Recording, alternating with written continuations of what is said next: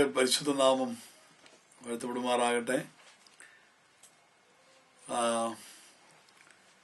എൻ്റെ അനുഭവസാക്ഷ്യം പങ്കുവെപ്പാനായിട്ട് ഞാൻ കർത്താവിന്റെ കൃപയിൽ ശരണപ്പെടുകയാണ്. ഞാനൊരു കത്തോലിക്ക കുടുംബത്തിൽ ജനിച്ചു വളർന്ന വ്യക്തിയാണ്. എൻ്റെ ചെറിയ പ്രായം മുതൽ വളരെ പ്രയാസങ്ങളുടെയും പ്രശ്നങ്ങളുടെയും ബുദ്ധിമുട്ടുകളുടെയും നടുവിലൂടെയാണ് കടന്നുപോയത്. വളരെ തകർന്ന, അല്ലെങ്കിൽ സാമ്പത്തികമായും ആത്മീയമായും എല്ലാ രീതിയിലും എല്ലാ മേഖലയിലും വളരെ തകർന്നതും വളരെ ശാപകരവും ബന്ധനവുമായ ഒരു ജീവിത സാഹചര്യത്തിലൂടെയാണ് ഞാൻ വളർന്നു വന്നത്. ഒത്തിരി പട്ടിണിയുടെയും ദാരിദ്ര്യത്തിന്റെ അനുഭവത്തിലൂടെയാണ്. അതുകൊണ്ട് എനിക്ക് വേണ്ടതുപോലെ ഒരു വിദ്യാഭ്യാസമോ അതിനുള്ള അവസരങ്ങളൊന്നും ആ നിലയിലുണ്ടായില്ല. ഞാനതിന് സാറിന് പറയുന്ന ഇങ്ങനെയാണ്: എൻ്റെ അനിയൻ 6 പഠിക്കുമ്പോൾ ഞാൻ 4 പഠിച്ചുകൊണ്ടിരിക്കുകയാണ്. അങ്ങനെ വളരെ പഠിച്ച് നിശ്ചയം പ്രാപിച്ചാണ് ഞാൻ 6 എത്തിയത്. 10 വർഷം കൊണ്ടാണ് ഞാൻ 6ാം ക്ലാസ്സിൽ ആയത്. അവിടെ വെച്ച് ഞാൻ അങ്ങ് അവസാനിപ്പിച്ചു. ഇപ്പം ഞാൻ പറഞ്ഞുകൊണ്ടിരിക്കുന്ന എനിക്കും 6, എൻ്റെ ഭാര്യയ്ക്കും 6, അങ്ങനെ ഞങ്ങൾ രണ്ടുപേരും കൂടെ പഠിച്ചിട്ടാണ് +2 പാസ്സായതെന്നാണ് ഞാൻ പറയാറ്. എനിക്ക് 2 ഭാഷയാണ് അറിയാവുന്ന, ഒന്ന് അന്യഭാഷയും ഒന്ന് മലയാളവുമാണ്. ആ നിലയിൽ മാത്രമേ എൻ്റെ വിദ്യാഭ്യാസം, എൻ്റെ സാഹചര്യങ്ങൾ ഒക്കെ എങ്ങനെയാണ്. എൻ്റെ വീട് എറണാകുളത്ത് പള്ളിക്കരയ്ക്കടുത്ത് മോറയ്ക്കാല എന്ന സ്ഥലത്താണ് ഞാൻ ആയിരുന്നത്. അവിടെ വളരെ വളരെ തകർന്ന വേദനാജനകമായ അനുഭവത്തിലൂടെ, നിരാശയിലൂടെ, ജീവിതത്തിൽ ജീവിക്കാൻ ഒരു വഴിയും സാഹചര്യങ്ങളൊന്നുമില്ലാതെ, ജീവിക്കാനുള്ള മാർഗവുമില്ല, ഭാവിയെക്കുറിച്ച് ഓർക്കുമ്പോൾ നിരാശകൾ മാത്രം ഉണ്ടായിരുന്ന, എങ്ങനെ മരിക്കാൻ പറ്റുമെന്ന് മാത്രം ചിന്തിച്ചു നടന്ന ഒരു സമയം എൻ്റെ ജീവിതത്തിലുണ്ടായിരുന്നു. കുറേയധികം ശാപങ്ങൾ മാത്രം നിറഞ്ഞ്, ഒന്നും ജീവിതത്തിൽ സാധ്യമാകുമെന്നോ സാധിക്കുമെന്നോ നടക്കുമെന്നോ, ഇങ്ങനെ ജനിച്ചു പോയല്ലോ എന്നുള്ള വിചാരത്തിൽ, ചിന്തയിൽ വളരെ നിരാശയോടെ കഴിഞ്ഞു കൂടിയ വലിയ കാലമായിരുന്നു എൻ്റെ 27 വയസ്സ് വരെയും ഉണ്ടായിരുന്നത്. എന്നാൽ പിന്നീട് ദൈവത്തിന്റെ കരുണയാൽ ഞാൻ ഒരിക്കലും പ്രതീക്ഷിക്കുകയോ ആഗ്രഹിക്കുകയോ അതിനുവേണ്ടി ചിന്തിക്കുകയോ അതിനുവേണ്ടി ഒന്നും ഒരുങ്ങുകയോ ചെയ്യാത്ത ഒരു കാര്യം എൻ്റെ ജീവിതത്തിൽ സംഭവിക്കാനിടയായി. ഞാനൊരു കരിസ്മാറ്റിക് ധ്യാനത്തിലൂടെയാണ് ആദ്യമായി യേശുവിനെ അറിയുവാൻ, അല്ലെങ്കിൽ അങ്ങനെ ഒരു അവസരം ഉണ്ടായി. അതൊന്നും ജീവിതത്തിൽ എങ്ങനെയോ സംഭവിച്ചു എന്ന് പറയാം. ഒരു ധ്യാനം കൂടുവാനായിട്ട് ഇങ്ങനെ അവസരം കിട്ടി. ആ ധ്യാനം കൂടിക്കൊണ്ടിരിക്കുമ്പോൾ ഒരു വാക്യം അന്ന് ഞാൻ കേട്ടു: ദാവീദ് പുത്രാ യേശുവേ, എന്നോട് കരുണ തോന്നണമേ, പാപിയായ എന്നോട് കരുണ തോന്നണമേ എന്ന് ഒരു കുരുടനായ മനുഷ്യൻ വഴിയരിയിൽ നിന്ന് വിളിച്ചു പറയുന്ന ഒരു ശബ്ദം. എനിക്ക് ആ വാക്ക് എൻ്റെ മനസ്സിലേക്ക് കടന്നു വന്നു. എന്നാൽ അന്ന് രാത്രിയിൽ വിശ്രമിക്കുവാനായി വന്ന് കിടക്കയിലായിരിക്കുമ്പോൾ ഞാൻ ചെയ്തുപോയ എൻ്റെ ജീവിതത്തിലെ 4 വയസ്സ് മുതൽ ഞാൻ ചെയ്തുപോയ എൻ്റെ ഓർമ്മയിലുള്ള എല്ലാ പാപങ്ങളും ഒരു സിനിമയിലെ സ്ക്രീനിൽ കാണുന്ന പോലെ ഞാൻ കാണുവാനായിട്ട് തുടങ്ങി. ആ പാപത്തിന്റെ ഭാരം, അല്ലെങ്കിൽ ആ നരക ഭീതി, ആ ഭയം, ഈ ജീവിതം ഇങ്ങനെ മുന്നോട്ട് പോയാൽ എവിടെ ചെന്ന് അവസാനിക്കുമെന്നുള്ള ഒരു വലിയ ഭീതി, ഒരു ഭയം, ഒരു ചിന്ത എന്നെ പേടിപ്പിക്കുന്നത് പോലെ എൻ്റെ മനസ്സിൽ ഒരു വലിയ ഭീതി വന്ന് വീഴുവാനിടയായി. അപ്പോൾ അന്ന് ആ ദിവസങ്ങൾ കേട്ട ഒരു വാക്യം, ദാവീദ് പുത്രാ പാപിയാ എന്നോട് കരുണ തോന്നണമേ എന്നുള്ള ആ വാക്ക് അന്ന് രാത്രിയിൽ അനേക ആവർത്തി ഞാനിങ്ങനെ വിളിച്ചു പറയുവാനായിട്ട് തുടങ്ങി. കരുണയ്ക്ക് വേണ്ടി ആ കുരുടൻ വഴിയരികിൽ നിലവിളിച്ചതുപോലെ നിത്യനാശത്തിലേക്ക് പോയിക്കൊണ്ടിരിക്കുന്ന എനിക്കന്ന് കിട്ടിയ ആ വാക്യം, ആ വാക്ക്, യേശുവിനെ നാമം വിളിച്ചപേക്ഷിക്കുവാനായിട്ട് ജീവിതത്തിൽ വെച്ച അവസരം യേശുവേ ദാവീദുപുത്രാ കരുണ തോന്നണമേ എന്ന് പറഞ്ഞ് അന്ന് രാത്രിയിൽ കരയുവാൻ എനിക്ക് ദൈവം ഇടയാക്കി. അതെന്റെ ജീവിതത്തിൽ ഒരു വലിയ വഴിത്തിരിവായി മാറി. യേശുവിനെ വിളിക്കാൻ, ആ നാമം വിളിച്ചപേക്ഷിക്കുവാൻ, കർത്താവേ എന്ന് വിളിക്കാനുള്ള ഒരു അവസരം അറിഞ്ഞു അറിയാതെ ദൈവം അന്ന് രാത്രിയിൽ എനിക്ക് നൽകി. അന്ന് അതിനുശേഷം ഞാൻ പിന്നീട് അതുപോലെ തന്നെ മുന്നോട്ട് പോയി. എനിക്ക് വേറെ ആത്മീയമായി ഒരു വർധന പ്രാപിക്കാനോ വളർച്ച പ്രാപിക്കാനോ കഴിയാത്ത കുറച്ച് നാളുകൾ എന്റെ ജീവിതത്തിലുണ്ടായി. വീണ്ടും ആ അനുഭവം തിരിച്ചു പ്രാപിക്കാൻ ആഗ്രഹിച്ചെങ്കിലും വീണ്ടും ആ ധ്യാനത്തിൽ ഉണ്ടായ അല്ലെങ്കിൽ ആ പ്രത്യേക അനുഭവത്തിലേക്ക് തിരിച്ചു വരാൻ ആഗ്രഹിച്ചെങ്കിലും അതിനുള്ള ഒരു സാഹചര്യം എന്റെ ജീവിതത്തിൽ ഉണ്ടായില്ല. വീണ്ടും പഴയ അനുഭവത്തിലേക്കും പഴയ ഇരുളിലേക്കും പഴയ അന്ധകാരത്തിലേക്കും നീങ്ങുന്ന ആ മാനസിക അവസ്ഥയിലേക്ക് വന്നു. നിരാശ വീണ്ടും വന്ന് മൂടി. ഭയവും ഭാരവും പ്രയാസവും ജീവിതത്തെ പിന്നെയും വന്ന് ഞെരുക്കിയപ്പോൾ ഞാൻ ആഗ്രഹിച്ചു. അന്ന് ഞാൻ വില കൊടുത്ത് ഒരു ബൈബിൾ വാങ്ങുവാനായിട്ട് എനിക്കൊരു അവസരം ഉണ്ടായി. ആ ബൈബിൾ ഞാൻ മേടിച്ച് വായിക്കുമ്പോൾ അത് മത്തായിയുടെ സുവിശേഷം ആദ്യത്തെ അധ്യായങ്ങളെല്ലാം വായിച്ചപ്പോൾ അതിലെ ചില വാക്യങ്ങൾ എന്നെ വളരെ പിന്നെയും അസ്വസ്ഥനാക്കി. നിന്റെ കണ്ണ് നിനക്ക് ഇടർച്ച വരുത്തുന്നെങ്കിൽ അത് ചുഴനെടുത്ത് കളക. നിന്റെ വലം കൈ ഇടർച്ച വരുത്തുന്നെങ്കിൽ അത് വെട്ടിക്കളക. അല്ല, ഇടം കൈ തെറ്റുന്നില്ല, അത് കളയുക. രണ്ട് കൈയുള്ളവനായി നരകത്തിൽ പോകുന്നതിനേക്കാൾ ഒറ്റ കൈയുള്ളവനായി സ്വർഗത്തിൽ പോകുന്നത് നല്ലത്. സ്ത്രീയെ മോഹിക്കേണ്ടതിന് അല്ലെങ്കിൽ അവളെ നോക്കുന്നവൻ അവൻ പാപം അല്ലെങ്കിൽ വ്യഭിചാരം ചെയ്തതിന് തുല്യ പാപം എന്നല്ല ചെയ്തു പോയെന്നുള്ള വാക്യങ്ങളൊക്കെ അപ്പൊ ചിന്തകളും നോട്ടങ്ങളും വിചാരങ്ങളും ഇങ്ങനെയുള്ള കാര്യങ്ങളെല്ലാം ഒരു വലിയ പാപമായി ആ പാപത്തിന്റെ ഭാരം എന്നെ അസ്വസ്ഥനാക്കി. എനിക്ക് സന്തോഷിക്കാനോ സമാധാനം കഴിയുന്നില്ല. വേദോസം വായിക്കുമ്പോഴും പാപബോധവും അല്ലെങ്കിൽ പ്രയാസങ്ങൾ എന്നെ വളരെ പിന്നെയും നിരാശയിലേക്കും ദുഃഖത്തിലേക്കും ബുദ്ധിമുട്ടിലേക്കും കൊണ്ടുപോയി. ഇതൊന്നൊരു മോചനം എനിക്ക് ആവശ്യമാണ്. പ്രകടമായും അഭിമാനമോ പുകവലിയോ അങ്ങനെയുള്ള പാപങ്ങളിലേക്കൊന്നും പോയിട്ടില്ലെങ്കിലും മനസ്സില്, ചിന്തയില്, ജീവിതത്തിലെ പാപങ്ങൾ എന്റെ സമാധാനം കെടുത്തി എന്നെ വേട്ടയാടി എന്നെ അസ്വസ്ഥനാക്കി നിരാശപ്പെടുത്തിക്കൊണ്ടിരിക്കുമ്പോൾ ഇതിൽ നിന്ന് എങ്ങനെയെങ്കിലും ഒരു മോചനം പ്രാപിക്കണം, എങ്ങനെയെങ്കിലും ഒരു ആശ്വാസം പ്രാപിക്കണം എന്നുള്ള ആഗ്രഹത്തോടുകൂടെ ഞാന് വീണ്ടും ഞങ്ങളുടെ ഇടവക പള്ളിയിൽ വെച്ച് നടന്നൊരു ധ്യാനത്തിൽ സംബന്ധിപ്പാനായിട്ട് എനിക്കൊരു അവസരം ഉണ്ടായി. ആ ധ്യാനത്തിൽ ചെന്നപ്പോൾ എനിക്ക് തോന്നി, ഒന്ന് നന്നായി കുമ്പസാരിച്ചാൽ എന്റെ മനസ്സിന്റെ അവസ്ഥ മാറുമെന്ന് വിചാരിച്ചു ഞാൻ കുമ്പസാരിക്കാനായിട്ട് അച്ഛൻ്റെ അടുത്ത് പോയി കുമ്പസാരക്കൂട്ടിൽ നിൽക്കുമ്പോൾ പണ്ട് പാപങ്ങൾ ചെയ്തിട്ടുണ്ടെങ്കിൽ ആ പാപങ്ങൾ എല്ലാം ഇങ്ങനെ ടേപ്പ് ചെയ്ത് വെച്ചിരിക്കുന്ന പോലെ എല്ലാം ഇങ്ങനെ അത് ചെയ്തിട്ടുണ്ട്, ഇത് ചെയ്തിട്ടുണ്ട്, അപ്പനും അമ്മയും പറഞ്ഞ് അനുസരിച്ചിട്ടില്ല, അത് ചെയ്തില്ല, ഇത് ചെയ്തിട്ടില്ല, കുറച്ച് പാപങ്ങൾ ഇങ്ങനെ ആവർത്തിച്ച് പറഞ്ഞുകൊണ്ടിരുന്നെങ്കിൽ അന്ന് ഞാൻ എന്റെ മനസ്സിന്റെ ആ പാപഭാരം നീങ്ങുവാൻ, സമാധാനം ലഭിക്കാൻ വേണ്ടി ഞാന് എന്റെ ചിന്തയിലൂടെ, എന്റെ നോട്ടത്തിലൂടെ, എന്റെ വിചാരത്തിലൂടെ, എന്റെ മനസ്സിലൂടെ, എന്റെ ഹൃദയത്തിൽ തോന്നുന്ന ചിന്തകൾ, വിചാരങ്ങൾ, പാപങ്ങൾ, ആ അശുദ്ധി, ആ മനസ്സിനെ, ജീവിതത്തെ കീഴ്പ്പെടുത്തുന്ന ആ വല്ലാത്ത ആ ചിന്തകളെ കുറിച്ചെല്ലാം ഞാനിങ്ങനെ കുമ്പസാരക്കൂട്ടിൽ വെച്ച് അച്ഛനോട് ഏറ്റു പറഞ്ഞു.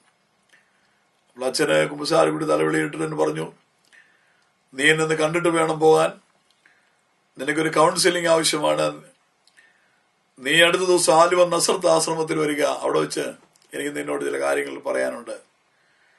ഞാൻ പിന്നീട് അടുത്ത ദിവസങ്ങൾ കാത്തിരുന്ന് ആ സമയമായപ്പോൾ ആലുവ നസ്രത്ത് ആശ്രമത്തിൽ ചെന്നു. അച്ഛനെ കണ്ടു. ഉച്ചയോട് അടുത്തപ്പോഴാണ് എന്നെ വിളിച്ചിട്ട് എന്നോട് ചോദിച്ചു, നീ അന്ന് കുമ്പസാരിക്കാൻ വന്നയാളല്ലേ? നീ അന്ന് കുമ്പസാരിക്കാൻ വന്നപ്പോൾ ചില കാര്യങ്ങളൊക്കെ പറഞ്ഞു. നീ ആ പറഞ്ഞ കാര്യങ്ങളെല്ലാം പറയാൻ എന്താണ് കാരണം? നീ ഏതെങ്കിലും പ്രൊട്ടസ്റ്റന്റ് കാര്യമായിട്ട് ബന്ധപ്പെട്ടിട്ടുണ്ടോ? നീ ഏതെങ്കിലും പെന്തിക്കോസുകാരെ കണ്ടിട്ടുണ്ടോ? ആരോടെങ്കിലും നീ ബന്ധപ്പെട്ടോ? ആരെങ്കിലും നിനക്ക് ഇങ്ങനെയുള്ള കാര്യങ്ങൾ പറഞ്ഞു തന്നോ എന്നുള്ളൊരു ചോദ്യം ചോദിച്ചു. ഞാൻ പറഞ്ഞില്ല, അങ്ങനെ ആരെയും ആ നിലയിൽ കാണാനോ എടുക്കാനോ ആ രീതിയിൽ സഹകരിക്കാൻ ആ രീതിയിലുള്ള അവസരങ്ങളൊന്നും എന്റെ ജീവിതത്തിൽ ഉണ്ടായിട്ടില്ല. പ്രൊട്ടസ്റ്റന്റ് എന്ന് തന്നെ ഞാൻ അന്ന് ആദ്യമായിട്ടാണ് കേൾക്കുന്നത്. എനിക്കറിയാവുന്നത് യാക്കോബക്കാരും കത്തോലിക്കരും, അതിനപ്പുറത്ത് വേറെ ക്രിസ്തീയ കാര്യങ്ങളൊന്നും എനിക്കറിയത്തില്ല.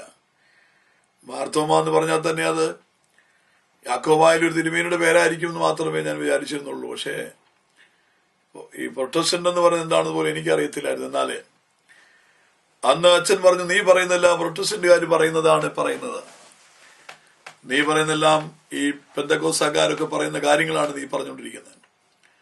അച്ഛൻ പറഞ്ഞു, അതൊന്നും നീ ചിന്തിക്കേണ്ട ആവശ്യമില്ല. നിനക്ക് ചിന്തിക്കാൻ നിന്നെ കൊള്ളുമില്ലെങ്കിൽ, വിചാരിക്കാൻ പറ്റുന്നില്ലെങ്കിൽ, നിനക്ക് ഇത് ഇന്നതൊന്നും ഇല്ലെങ്കിൽ പിന്നെ നിന്നെ എന്തിനുള്ള, നീ ഒരു മനുഷ്യനാണോ? ഇതൊക്കെ നല്ല കാര്യമാണെന്നുള്ള രീതിയിലാണ് അന്ന് എനിക്ക് കൗൺസിലിംഗിൽ കിട്ടിയത്. പക്ഷേ അന്ന് എന്റെ ഹൃദയത്തിൽ ഒരു കാര്യം കയറി. ഞാൻ ചിന്തിക്കുന്നത്, ഞാൻ പറയുന്നതാണ് പെന്തക്കോസ്തക്കാർ പറയുന്നെങ്കിൽ, പ്രൊട്ടസ്റ്റന്റുകാർ പറയുന്നെങ്കിൽ അവരെന്തായിരിക്കും പറയുന്നത്, അവരെങ്ങനെയായിരിക്കും, അത് ആരായിരിക്കും എന്ന് അറിയുവാനുള്ളൊരു ആഗ്രഹം എൻ്റെ ഉള്ളിലുണ്ടായി. അന്ന് മുതൽ ഞാൻ അവരെ കാണാനും അറിയുവാനും കണ്ടുമുട്ടുവാനും അവരോട് സംസാരിപ്പാനും, അവരെ ഒന്ന് കാണാൻ, അവരെ ഒന്ന് പരിചയപ്പെടാൻ, അവരെ ഒന്ന് അറിയുവാൻ, ആ രീതിയിലൊന്ന് സംസാരിപ്പാനായിട്ട് ആഗ്രഹിച്ചു. 3 മാസത്തോളം ഞാൻ അവരെ തേടി നോക്കി നടന്നു. എനിക്ക് അങ്ങനെ ഒരാളെ ആ ദിവസങ്ങളിൽ, ആ മാസങ്ങളിൽ കണ്ടെത്താൻ കഴിഞ്ഞില്ല. ആരെങ്കിലും ബൈബിളും പിടിച്ചുകൊണ്ട്, ആരെങ്കിലും ക്ലീൻ ഷേവ് ചെയ്ത് ആരെങ്കിലും എവിടെയെങ്കിലും ഉണ്ടോ എന്ന് നോക്കിയിട്ട് ആ മാസങ്ങളിൽ എൻ്റെ നാട്ടിൽ എനിക്ക് ആ നിലയിൽ ഒരാളെ കണ്ടെത്തുവാനോ കണ്ടുമുട്ടുവാനോ, എനിക്ക് എൻ്റെ ഹൃദയത്തിലെ ഭാരങ്ങളൊന്ന് പറയുവാനോ, അല്ലെങ്കിൽ അവർ പറയുന്നു ഞാൻ പറയുന്നു ഒരുപോലെയാണെങ്കിൽ എന്തായിരിക്കും അവർ പറയുന്നത് അറിയുവാനോ കഴിയാൻ പോയി. 3 മാസങ്ങൾക്ക് ശേഷം ഞാൻ ബസ്സിൽ യാത്ര ചെയ്യുമ്പോൾ കണ്ടുപിടിച്ച ഒരു ഹാളിൽ, ഒരു പെന്തക്കോസ്ത ഹാളിൽ കയറി ചെന്നു. ഹാളിൽ ചെന്നു. അവിടെ ചെന്നിട്ട് ഞാൻ അവിടെ ചെന്ന് വിളിച്ചപ്പോൾ അവിടുത്തെ പാസ്റ്ററുടെ ഭാര്യ ഇറങ്ങി വന്നു. ഇപ്പൊ എനിക്ക് പാസ്റ്ററൊന്നും ഞാൻ ആ നിലയിൽ കേട്ടിട്ടില്ല, പേരൊന്നും എനിക്ക് അറിയത്തില്ല. ഞാൻ ചോദിച്ചു, ഇവിടുത്തെ ചേട്ടൻ ഇവിടെ ഉണ്ടോ എന്ന് ചോദിച്ചു. അപ്പൊ അവർ ചോദിച്ചു, അതാരാണ്, പാസ്റ്ററാണോ ചോദിക്കുന്നത്? അപ്പൊ ഞാൻ പറഞ്ഞു, അങ്ങനെയാണ് ആദ്യമായിട്ട് പാസ്റ്റർ എന്ന് ഞാൻ കേൾക്കുന്നത്. അപ്പൊ എന്നോട് പറഞ്ഞു, ആളിവിടെ ഇല്ല, തിരുവല്ലായി പോയിരിക്കുന്നു, ആറ് ദിവസങ്ങൾ വരികയുള്ളൂ. അതിനുശേഷം ഞാൻ അവിടുന്ന് യാത്ര വീണ്ടും 7-8 കിലോമീറ്റർ കഴിഞ്ഞ് വേറെ സ്ഥലത്ത്, കരിമോൾ എന്ന് പറഞ്ഞ സ്ഥലത്ത് ഞാൻ വന്നു. അവിടെയും ഞാനൊരു ബോർഡ് കണ്ടു. അവിടെ ചെന്നപ്പോൾ അത് പൂട്ടിയിട്ടിരിക്കുക. അവിടുന്ന് തിരിച്ച് ഞാൻ റോഡിൽ ജംഗ്ഷനിൽ വന്ന് ബസ് കയറാൻ വീട്ടിലോട്ട് പോകാൻ വേണ്ടി നിൽക്കുമ്പോൾ പാസ്റ്ററും 2 സഹോദരന്മാരും കൂടി റോഡെങ്കിൽ നടന്നു വരുന്നത് കണ്ടു. ഞാൻ ഓടി അവരെടുത്തിട്ട് നിന്നു. അവര് എന്നെ കണ്ടപ്പോൾ പെട്ടെന്ന് അവരിതിനായ ഒരു മനുഷ്യൻ ഓടി പുറകെ വരുന്ന കണ്ടപ്പോൾ പെട്ടെന്നൊരു ഇതുപോലെ തോന്നി. അവരോട് ഞാൻ ചോദിച്ചു, ഇവിടെ പ്രാർത്ഥന വല്ലതും ഉണ്ടോ എന്ന് ചോദിച്ചു. പ്രാർത്ഥനയൊന്നുമില്ല എന്ന് പറഞ്ഞ് അവർ മുന്നോട്ട് പോയി. ഞാൻ അവരുടെ പുറകെ പോയി. അവർ വീണ്ടും തിരിഞ്ഞു നോക്കിയത്, എന്താ ഇയാളെന്നെ പുറകെ വരുന്നതെന്നുള്ളത് ആ പരിചയമില്ലാത്ത ആ വരവ് കണ്ടപ്പോൾ അവർക്കൊരു പന്തികേട് പോലെ തോന്നി. ഞാനിതിനു വേണ്ടി ആഗ്രഹിച്ചും ദാഹിച്ചും പോയായിരുന്നു. പക്ഷെ അവർക്ക് മനസ്സിലായില്ല. എന്നാൽ അവിടെ ഹാളിന്റെ അടുക്കൽ ചെന്നപ്പോൾ ആ പാസ്റ്ററിനോട് ചോദിച്ചു, എന്താ ഇയാളുടെ പേര്? ഞാൻ പറഞ്ഞു, എന്റെ പേര് ജോണി എന്നാണ്. എന്നാ നീ കയറി വാ എന്ന് പറഞ്ഞു. കയറി ഞാൻ എൻ്റെ ഈ ചിന്തകൾ അച്ഛനോട് ചോദിച്ച ഈ ചിന്തകൾ, ഈ ഭാരങ്ങൾ, ഈ സംശയങ്ങളെല്ലാം, എന്റെ മനസ്സിലുണ്ടായിരുന്ന ആ വേദനകളും ഭാരങ്ങളെല്ലാം ഞാൻ അന്ന് പാസ്റ്ററോട് പങ്കുവച്ചു. പാസ്റ്ററിനോട് പറഞ്ഞു, മോനെ, നീ യേശുവിന്റെ നാമം വിളിച്ചപേക്ഷിച്ചപ്പോൾ, നീ യേശുവേ രക്ഷക എന്ന് വിളിച്ചപ്പോൾ, ദൈവത്തിന്റെ ആ ജീവൻ, ദൈവത്തിന്റെ രക്ഷയുടെ കരം, അവന്റെ നാമം വിളിച്ചപേക്ഷിക്കുന്ന ഏവനും രക്ഷിക്കപ്പെടുമെന്നുള്ള വചനപ്രകാരം നീ അന്ന് രാത്രി പാപബോധത്തോടെ യേശുവെ രക്ഷിക്കണമേ, യേശുവെ രക്ഷിക്കണമേ എന്ന് പറഞ്ഞ് നിലവിളിച്ചപ്പോൾ ആ സ്നേഹം നിന്റെ മേൽ വന്നിരിക്കുന്നു. പാപമാണ് നിന്നെ അസ്വസ്ഥപ്പെടുത്തുന്നത്. നിന്റെ പാപബോധം ദൈവം നിന്റെ ഉള്ളിൽ കൊണ്ടുവന്നത് കൊണ്ടാണ്. പാപബോധമാണ് നിന്നെ അലട്ടിക്കൊണ്ടിരിക്കുന്ന വിഷയം. വചനം വായിക്കുമ്പോൾ നിന്നെ അസ്വസ്ഥനാക്കുന്നത് പാപമാണ്. ആ പാപം മാറുവാൻ നീ യേശുവിന്റെ അടുക്കലേക്ക് പൂർണ്ണമായി എടുത്ത് വേർവിട്ട് വരുവാനുള്ള ഒരു ആലോചന. വളരെ കാര്യമായിട്ടൊന്നും പറയാൻ അദ്ദേഹം ക്ഷീണിച്ചു വന്ന സമയമായിരുന്നു. ലളിതമായ ചില കാര്യങ്ങൾ എന്നോട് പറഞ്ഞതിന് ശേഷം അദ്ദേഹം എന്റെ തലയെ കൈവച്ച് പ്രാർത്ഥിച്ചു. ഞാനാണെങ്കിൽ ഒത്തിരി വർഷങ്ങളായി, ഒത്തിരി നാളുകളായി തലവേദന കൊണ്ട്, നാളുകളായി തലവേദന എനിക്ക് സഹിക്കാൻ പറ്റാതെ ഞാൻ നടക്കുന്ന ആളായിരുന്നു. എന്നും 2ഉം 3ഉം ഗുളികകൾ ഒന്നിച്ച് കഴിച്ചും ജോലി ചെയ്യുമ്പോഴും, ഞാനൊരു ബേക്കറി ജോലി ചെയ്യുന്നയാളായിരുന്നു. ഞാൻ ബേക്കറി ജോലി ചെയ്യുമ്പോഴും, ബേക്കറി പണി ചെയ്തുകൊണ്ടിരിക്കുന്ന ആളാണ്. ബേക്കറി ജോലി ചെയ്യുമ്പോഴെല്ലാം ആ ചൂടത്തും ഒക്കെ എനിക്ക് തല പൊട്ടിപ്പോകുന്ന പോലെ എന്നും വേദനകൾ കൊണ്ട് ഞാൻ രാത്രികൾ പകലുകൾ കഷ്ടപ്പെടുകയാണ്. ആ തലവേദനയിൽ നിന്നൊരു ആശ്വാസം കിട്ടാൻ ഒത്തിരി ഞാൻ ആഗ്രഹിക്കുകയും മരുന്ന് കഴിക്കുകയും ഹോസ്പിറ്റലിൽ പോവുകയും ചെയ്തിട്ടും സൗഖ്യം കിട്ടിയിട്ടില്ല. എന്നാൽ അന്ന് ഞാൻ പാസ്റ്ററോട് എനിക്ക് തലവേദനയുണ്ട്, എനിക്ക് വേണ്ടി പ്രാർത്ഥിക്കണമെന്നൊന്നും ഞാൻ പറഞ്ഞില്ല. ആ ദേവദാസന്റെ തലയിൽ വെച്ച് പ്രാർത്ഥിച്ചു. ഇബ്രഹാം ബി ജോസഫ് എന്ന് പറയുന്ന ആ കർത്താവിന്റെ ദാസൻ അന്നെന്റെ തലയിൽ കൈവച്ച് പ്രാർത്ഥിച്ചു. ആ പ്രാർത്ഥന കഴിഞ്ഞു. എന്നോട് പറഞ്ഞു, ഇവിടെ സഭായോഗമുണ്ട്, ഇവിടെ ആരാധനയുണ്ട്, സഹോദരൻ അടുത്ത ദിവസം വരണം എന്നൊക്കെ പറഞ്ഞു. എന്റെ പേര് മാത്രമേ അദ്ദേഹം ചോദിച്ചു, വീടും ചോദിച്ചു, കൂടെ എന്റെ ജോലി എന്താണെന്ന് ചോദിച്ചിരുന്നു. വേറെ ഒന്നും കൂടുതൽ ചോദിച്ചില്ല. ഞാൻ അദ്ദേഹത്തോട് അടുത്ത ദിവസം വരാമെന്നുള്ളൊരു ഉറപ്പുമെല്ലാം പറഞ്ഞ് ഞാൻ പോയി. എന്നാൽ അന്ന് രാത്രിയിൽ വളരെ സമാധാനമായിട്ട് ഞാൻ ഉറങ്ങി. ഒത്തിരി നാളുകൂടി എനിക്ക് ഇല്ലാത്തൊരു പുതിയ സമാധാനം, ഒരു ആശ്വാസം എനിക്ക് കിട്ടി. എന്ന് പറഞ്ഞാൽ എൻ്റെ ആ തലവേദന അന്ന് രാത്രിയിൽ വിട്ടുമാറി. കാലങ്ങളായി എന്നെ അലട്ടിയ, നാളുകളായി എന്നെ കഷ്ടപ്പെടുത്തിയ, ഞാൻ വളരെ അസ്വസ്ഥനായി അനുഭവിച്ചുകൊണ്ടിരുന്ന ആ തലവേദന, അതെന്താകുമെന്നുള്ള ചിന്തകളും അതെന്തുകൊണ്ടായിരിക്കുമെന്നുള്ള ഓർമ്മകളും ഇതെല്ലാം എന്നെ വളരെ ഭീതിപ്പെടുത്തുന്നതും നിരാശപ്പെടുത്തുന്നതുമായിരുന്നു. രോഗത്തിന്റെ വേദനയും എന്തായിരിക്കുമോ എന്നുള്ള ചിന്തയും ഇതെല്ലാം എന്നെ വളരെ ഭീതിപ്പെടുത്തി, എന്നെ വളരെ നിരാശപ്പെടുത്തിയെങ്കിൽ അന്ന് രാത്രിയിലെ ആ പ്രാർത്ഥന കഴിഞ്ഞ് ദൈവത്തിന്റെ കരുണയാൽ അന്ന് രാത്രി എനിക്ക് സൗഖ്യം കിട്ടി. അന്ന് ഞാൻ രാത്രി സമാധാനമായിട്ട് ഉറങ്ങി. പിന്നീട് ഞാൻ ആ പാസ്റ്ററെ കാണാനോ ചർച്ചിൽ പോകാനോ യോഗത്തിന് പോകാനോ ആലയത്തിലേക്ക് ആരാധനയ്ക്ക് പോകാനോ ഒന്നും ഞാൻ തയ്യാറായില്ല. അന്ന് ഞങ്ങളുടെ ആ ഭാഗത്തൊന്നും അങ്ങനെ ആരും തന്നെ ഇല്ല.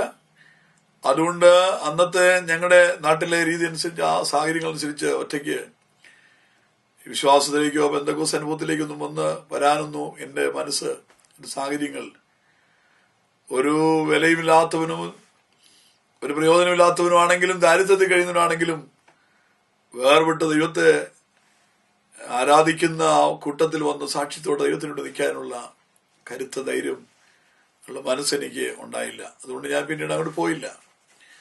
എന്നാൽ ആ ദേവദാസൻ, ഇബ്രഹാം ബി ജോസഫ് എന്ന് പറയുന്ന ആ കർത്താവിന്റെ ദാസൻ, അന്ന് അവിടെ ശുശ്രൂഷിച്ചുകൊണ്ടിരുന്ന ആ മനുഷ്യൻ, ആ ദൈവത്തിന്റെ മനുഷ്യൻ, അദ്ദേഹത്തിന് എന്നെ കൂടുതൽ അറിയാൻ കഴിഞ്ഞില്ല. എന്റെ അഡ്രസ്സോ വീടോ ചോദിക്കാൻ പറ്റിയില്ല. എന്റെ പേര് ജോണി എന്നാണെന്നും എന്റെ തൊഴിലെ ബേക്കറിയിലാണെന്നും മാത്രം അറിഞ്ഞ മനുഷ്യൻ ആ ദേവദാസനെ പല ബേക്കറികളിൽ കയറി അന്വേഷിച്ച് ഒരിക്കൽ ഞാൻ ജോലി ചെയ്യുന്ന ആ ബേക്കറിയിൽ വന്നു. കടയിൽ വന്നിട്ട് ചോദിച്ചു, ഇവിടെ ജോണി എന്ന് പറയുന്ന ഒരാളുണ്ടോ?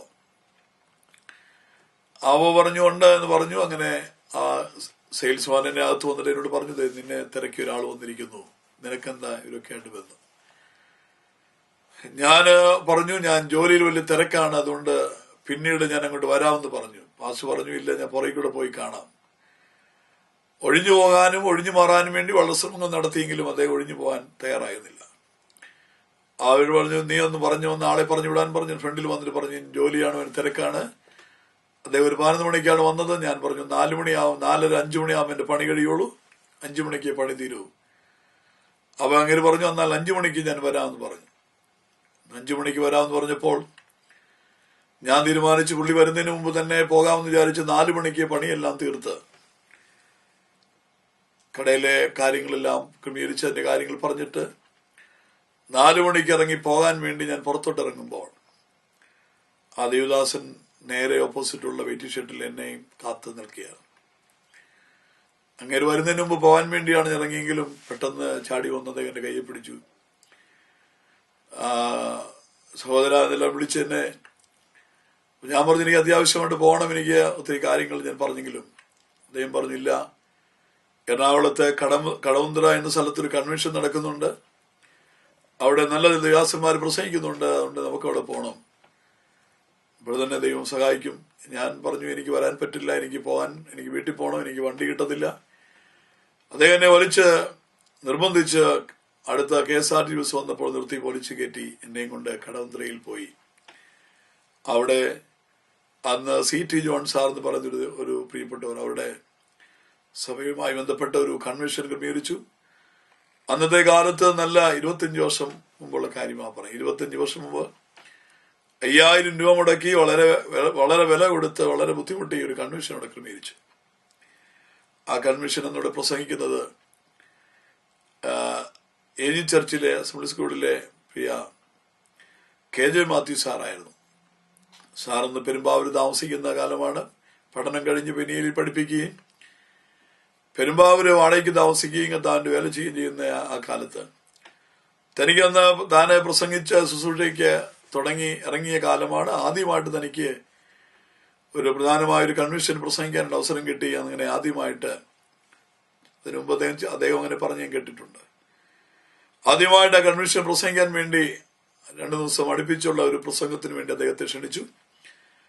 അദ്ദേഹം വന്ന് പ്രസംഗിക്കുമ്പോൾ ഞാൻ ആ കൺവെൻഷന്റെ ആദ്യത്തെ രാത്രിയിൽ അദ്ദേഹം പ്രസംഗം കഴിഞ്ഞ് യേശുക്രിസ്തുവിന് വേണ്ടി ഹൃദയം കൊടുക്കുവാൻ ആഗ്രഹിക്കുന്നവരുടെ കരങ്ങൾ ഉയർത്തുവാൻ ഒത്തിരി ആവർത്തിച്ച് പറഞ്ഞിട്ടും ആരും കരമുയർത്തിയില്ല. ഞാൻ അന്ന് രാത്രിയിൽ കരമുയർത്തി. അവിടെ കണക്കിന് ഒരാൾ രക്ഷിക്കപ്പെട്ടു. പിറ്റേ ദിവസവും എന്നെയും കൊണ്ട് ആ പാസ്റ്റർ പോയി. 2ാം ദിവസവും ഞാൻ വീണ്ടും കരമുയർത്തി.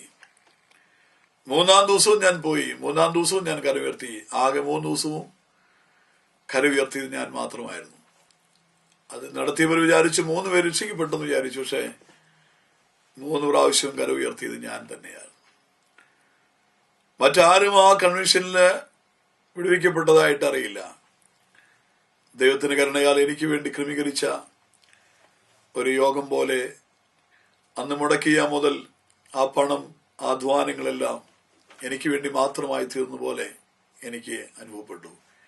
എനിക്ക് ദൈവത്തിന്റെ ഈ സത്യം അറിയുവാൻ, ഈ വചനം, ഈ പ്രമാണം മനസ്സിലാക്കുവാൻ, യേശുവിന് വേണ്ടി ഇനിയുള്ള എന്റെ ജീവിതകാലം മുഴുവൻ കഥാവായ യേശുവിന് വേണ്ടി ജീവിക്കണം, ദൈവരാജ്യത്തിന് വേണ്ടി, ദൈവനാമത്തിന് വേണ്ടി, എന്റെ ആയുസ്സിന് എന്റെ കർത്താവിന് വേണ്ടി എനിക്ക് ജീവിക്കണമെന്നൊരു തീരുമാനം, ആ ദിവസങ്ങൾ ആഴമായ ഒരു തീരുമാനം എടുക്കുവാൻ ദൈവം എനിക്ക് ഭാഗ്യം നൽകി.